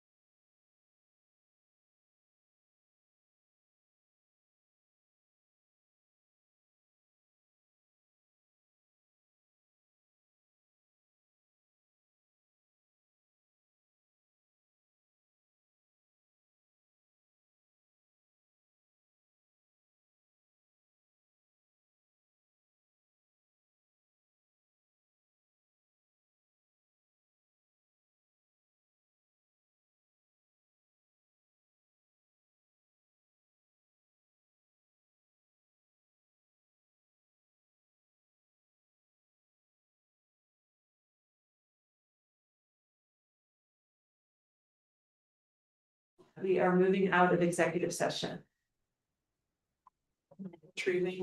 Yeah. Let's go retrieve and then he has to go right at 3. So Jared, you may have to. Yeah. Manager update for us.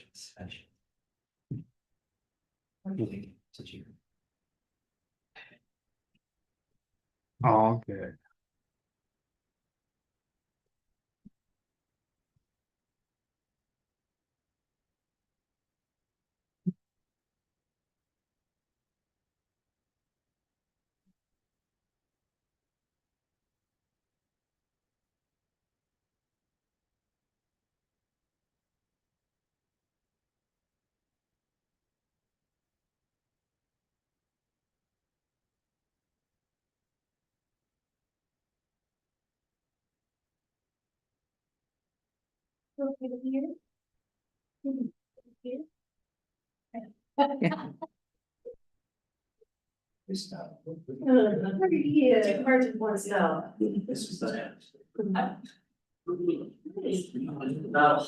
Okay, we are ready to come out of executive session. I guess We've already come out. We have come out of executive session. During the executive session, we received legal counsel regarding these proposed mining regulations. And gave staff direction. Our direction was to review the regulations for potential duplications. Between the county regs and the DREAMS regs, DRMS regs. We have decided to have a follow-up executive session to discuss staff's legal analysis on December 17th. We are continuing therefore this public hearing, and that will the continued public hearing will take place on January 21st. If anybody in the room or online would like comments for consideration by staff prior to January 21st, they must be received by January 12th. After that, there will not be time for consideration by staff. If you'd like your comments in the packet, they must be received by January 14th. We are not comfortable with last minute submissions of comments. So just please bear those dates in mind. And if a draft, an updated draft comes out, is recommended out of that executive session, it will be published well in advance for the public to review that and comment before those deadlines. Anything I missed regarding executive session? No, just as far as a motion for a week, we'd like to continue the public hearing. Sure, we will do that. after you have any. Yeah, I just wanted to see if we had any other further comments or discussion on the materials presented and discussed today. I know we had talked about amending section 6-301D to increase the area of disturbance, surface disturbance from ½ an acre to 1 acre, so that edit will be made. I am comfortable with the rest of the suggestions and red lines made by staff, obviously prior to what we might consider in December, but does anyone else have something to suggest or comment? I agree with your observation. I'm also comfortable with the staff recommendations that were presented today. Likewise, yes. Okay. I think you covered it. Great, so those red lines will be accepted. Obviously, this is nothing formal in terms of adoption, as we are gonna continue the public hearing. So I believe what I need then is a motion to continue this public hearing until January 21st. So moved. I second that. How do you vote? Aye. Aye. I as well. Okay, that matter is done for today. Is that correct? All right. Thank you, staff, for your patience as we wrestle through this. And also for members of the public. Yes. Appreciate your showing up and sharing your expertise and points of view with us. I know this is not a easy process for any of us, but we're getting closer. So. We need to end this meeting at, well, I guess we'll go ahead and have Drea, hi, your affordable housing update. And then we are going to hunt on manager matters and commissioner updates. I know we have no attorney matters for discussion other than what we've already been over today. So we'll just do the affordable housing update and then we will adjourn. Is that okay with everybody? Yeah. Thanks, guys. Drive safe. Okay, carry on, Drea, and thank you. I think we have a memo. Yes, we do.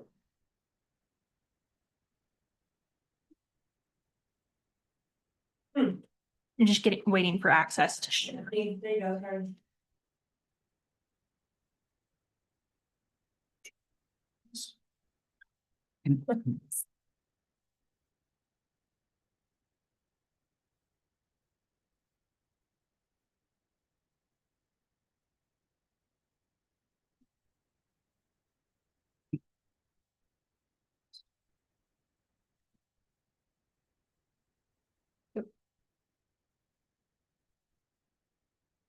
All right, good afternoon, commissioners. I will make this short and sweet. This is Andrea Ariza, housing specialist. Good to see everybody. This is the November monthly San Miguel County Affordable Housing Update. Today's agenda will include updates on our 3 housing projects, the Housing Needs Assessment Report, as well as our local planning capacity grant. So I wanted to go out of order and start with our Deep Creek project. Since we gained some momentum from the following months with collaboration with CDOT, together we developed a workforce housing planning agreement that guides joint site planning and design, advancing the project towards 80% construction documents. Last Thursday, November 13th, the county received the official agreement. CDOT initiated the electronic signature process, and the agreement appears in today's agenda packet for approval and execution. It will follow this housing update as a separate item for the board's motion to authorize the chair to sign. Phase 1 focuses on design and feasibility, which is that agreement included in today's packet. Phase 2 will come later and focus on evaluating the overall project viability and developing an affordable housing planning agreement, outlining the construction terms, unit allocation, resident eligibility, roles, and responsibility for each party. I want to give a thanks to Jared, Maura, Nancy, David Fox with CDOT for all of their efforts this far, and we're excited to continue the process and look forward to keeping the momentum going. Any questions? Otherwise, I'll just keep going. Okay. Our Ilium project, let's see. Recent milestones include the submission and review of the engineer's opinion of probable cost. In early October, we continue working with KE Studio Works to focus on drafting an RFP to solicit proposals from a qualified construction manager or general contractor for pre-construction services with an option for construction work. I will be meeting with them this Friday to discuss that timeline, finalize the RFP, and discuss any new updates on the design developments that they have. So that summarizes that update. And then moving on to Pathfinder, since late September, we've been working actively with Wright Water engineers on the well testing at the Pathfinder site. That included executing the proposal for the scope of work. Initial efforts focused on securing pump contractors, with Wright Water reaching out to multiple potential vendors and receiving interest from one in Durango. We haven't solicited any vendors at this time. We did share the draft aquifer testing protocol with Jim Hassel from SBHOA, and we're waiting to hear from him on any feedback that they have. So we're continuing that conversation to establish the feasibility for testing timeline, still dependent on weather conditions. So more to come. Moving on to our housing needs assessment report. Earlier this month, we followed up with Town of Mountain Village and Town of Telluride. They had no concerns about the report other than just one comment that they wanted to ensure the supplemental documentation of the housing needs assessment by jurisdiction and area median income were included. So I passed that along to Pam. Schifrin with SMRHA to proceed with that submission. So she is aware of it and she is currently working on that. Moving on to our local planning capacity grant, our grant deliverable for the first one. Everything is moving along smoothly there. Monthly reimbursements have been submitted as well as quarterly reports. Thank you to Ramona and the finance team for continuing their coordinations with those monthly reports and preparation and submission. Delivery 2 is our housing code update project. I realize we're short on time, so let me just try to summarize the highlights. We are having our next SSR meeting on December 8th from 3 to 6. So we're going to have a longer meeting this time. That's going to be at the AHA School for the Arts. And then we're also going to be doing another community listening session on December 8th as well at the library and meeting room 1 from 11 to 12:30 and then 1 to 2:30. All of this information is on the county website. If you have any questions, you can email us at housingupdate@sanmiguelcountyco.gov. Is there any questions? Short and sweet. Okay. All right. Well, that concludes my monthly update and I will see you next month. Thank you. Thanks, Drea. And we know that a 5-minute update doesn't come close to capturing the amount of work you did in the last month, so thank you for that. Yeah, you're welcome. Appreciate the brevity. Okay, I think we are ready to move on to 11B, consideration of the chair's signature on the Colorado Department of Transportation Workforce Housing Planning Agreement for Deep Creek Housing Project. I'm so happy to see this on our agenda. Jared, we have a pretty good memo here. I don't know if anybody needs any further background or has any questions, commissioners. No, read through the agreement and read through the memo and it's all looking really, really good. Yeah, it's exciting, this moment here. You have anything to add? The only thing that I would add that Dre already mentioned is this is kind of the phase 1 of that project. There's an agreed cost split between us and CDOT for this design level service. And then, it's really the next agreement, once we have that design in place, that we'll be talking about the brick and mortar and how those things, how units will be allocated and all of that. So, And this design phase will include kind of the reorganization of the property for state and your county uses as well. correct. A part of this is how we would kind of pack all the current uses on the total of the project site onto just the county's side of the site, and then making that room for the housing opportunities. Fantastic. So, with that, I move to authorize the chair to execute the San Miguel County and Colorado Department of Transportation Workforce Housing Planning Agreement for the Deep Creek Housing Project. I'll second that. How do you vote? Aye. Aye. I as well. I look forward to signing that. Thank you. Well done, Drea. Thank you. And Jared. She wanted to put it on consent. I'm like, oh no, No. this is way too big. This is not a consent agenda item. That's We right. have to. We need to have fanfare. Fanfare. We should have blue. Well done.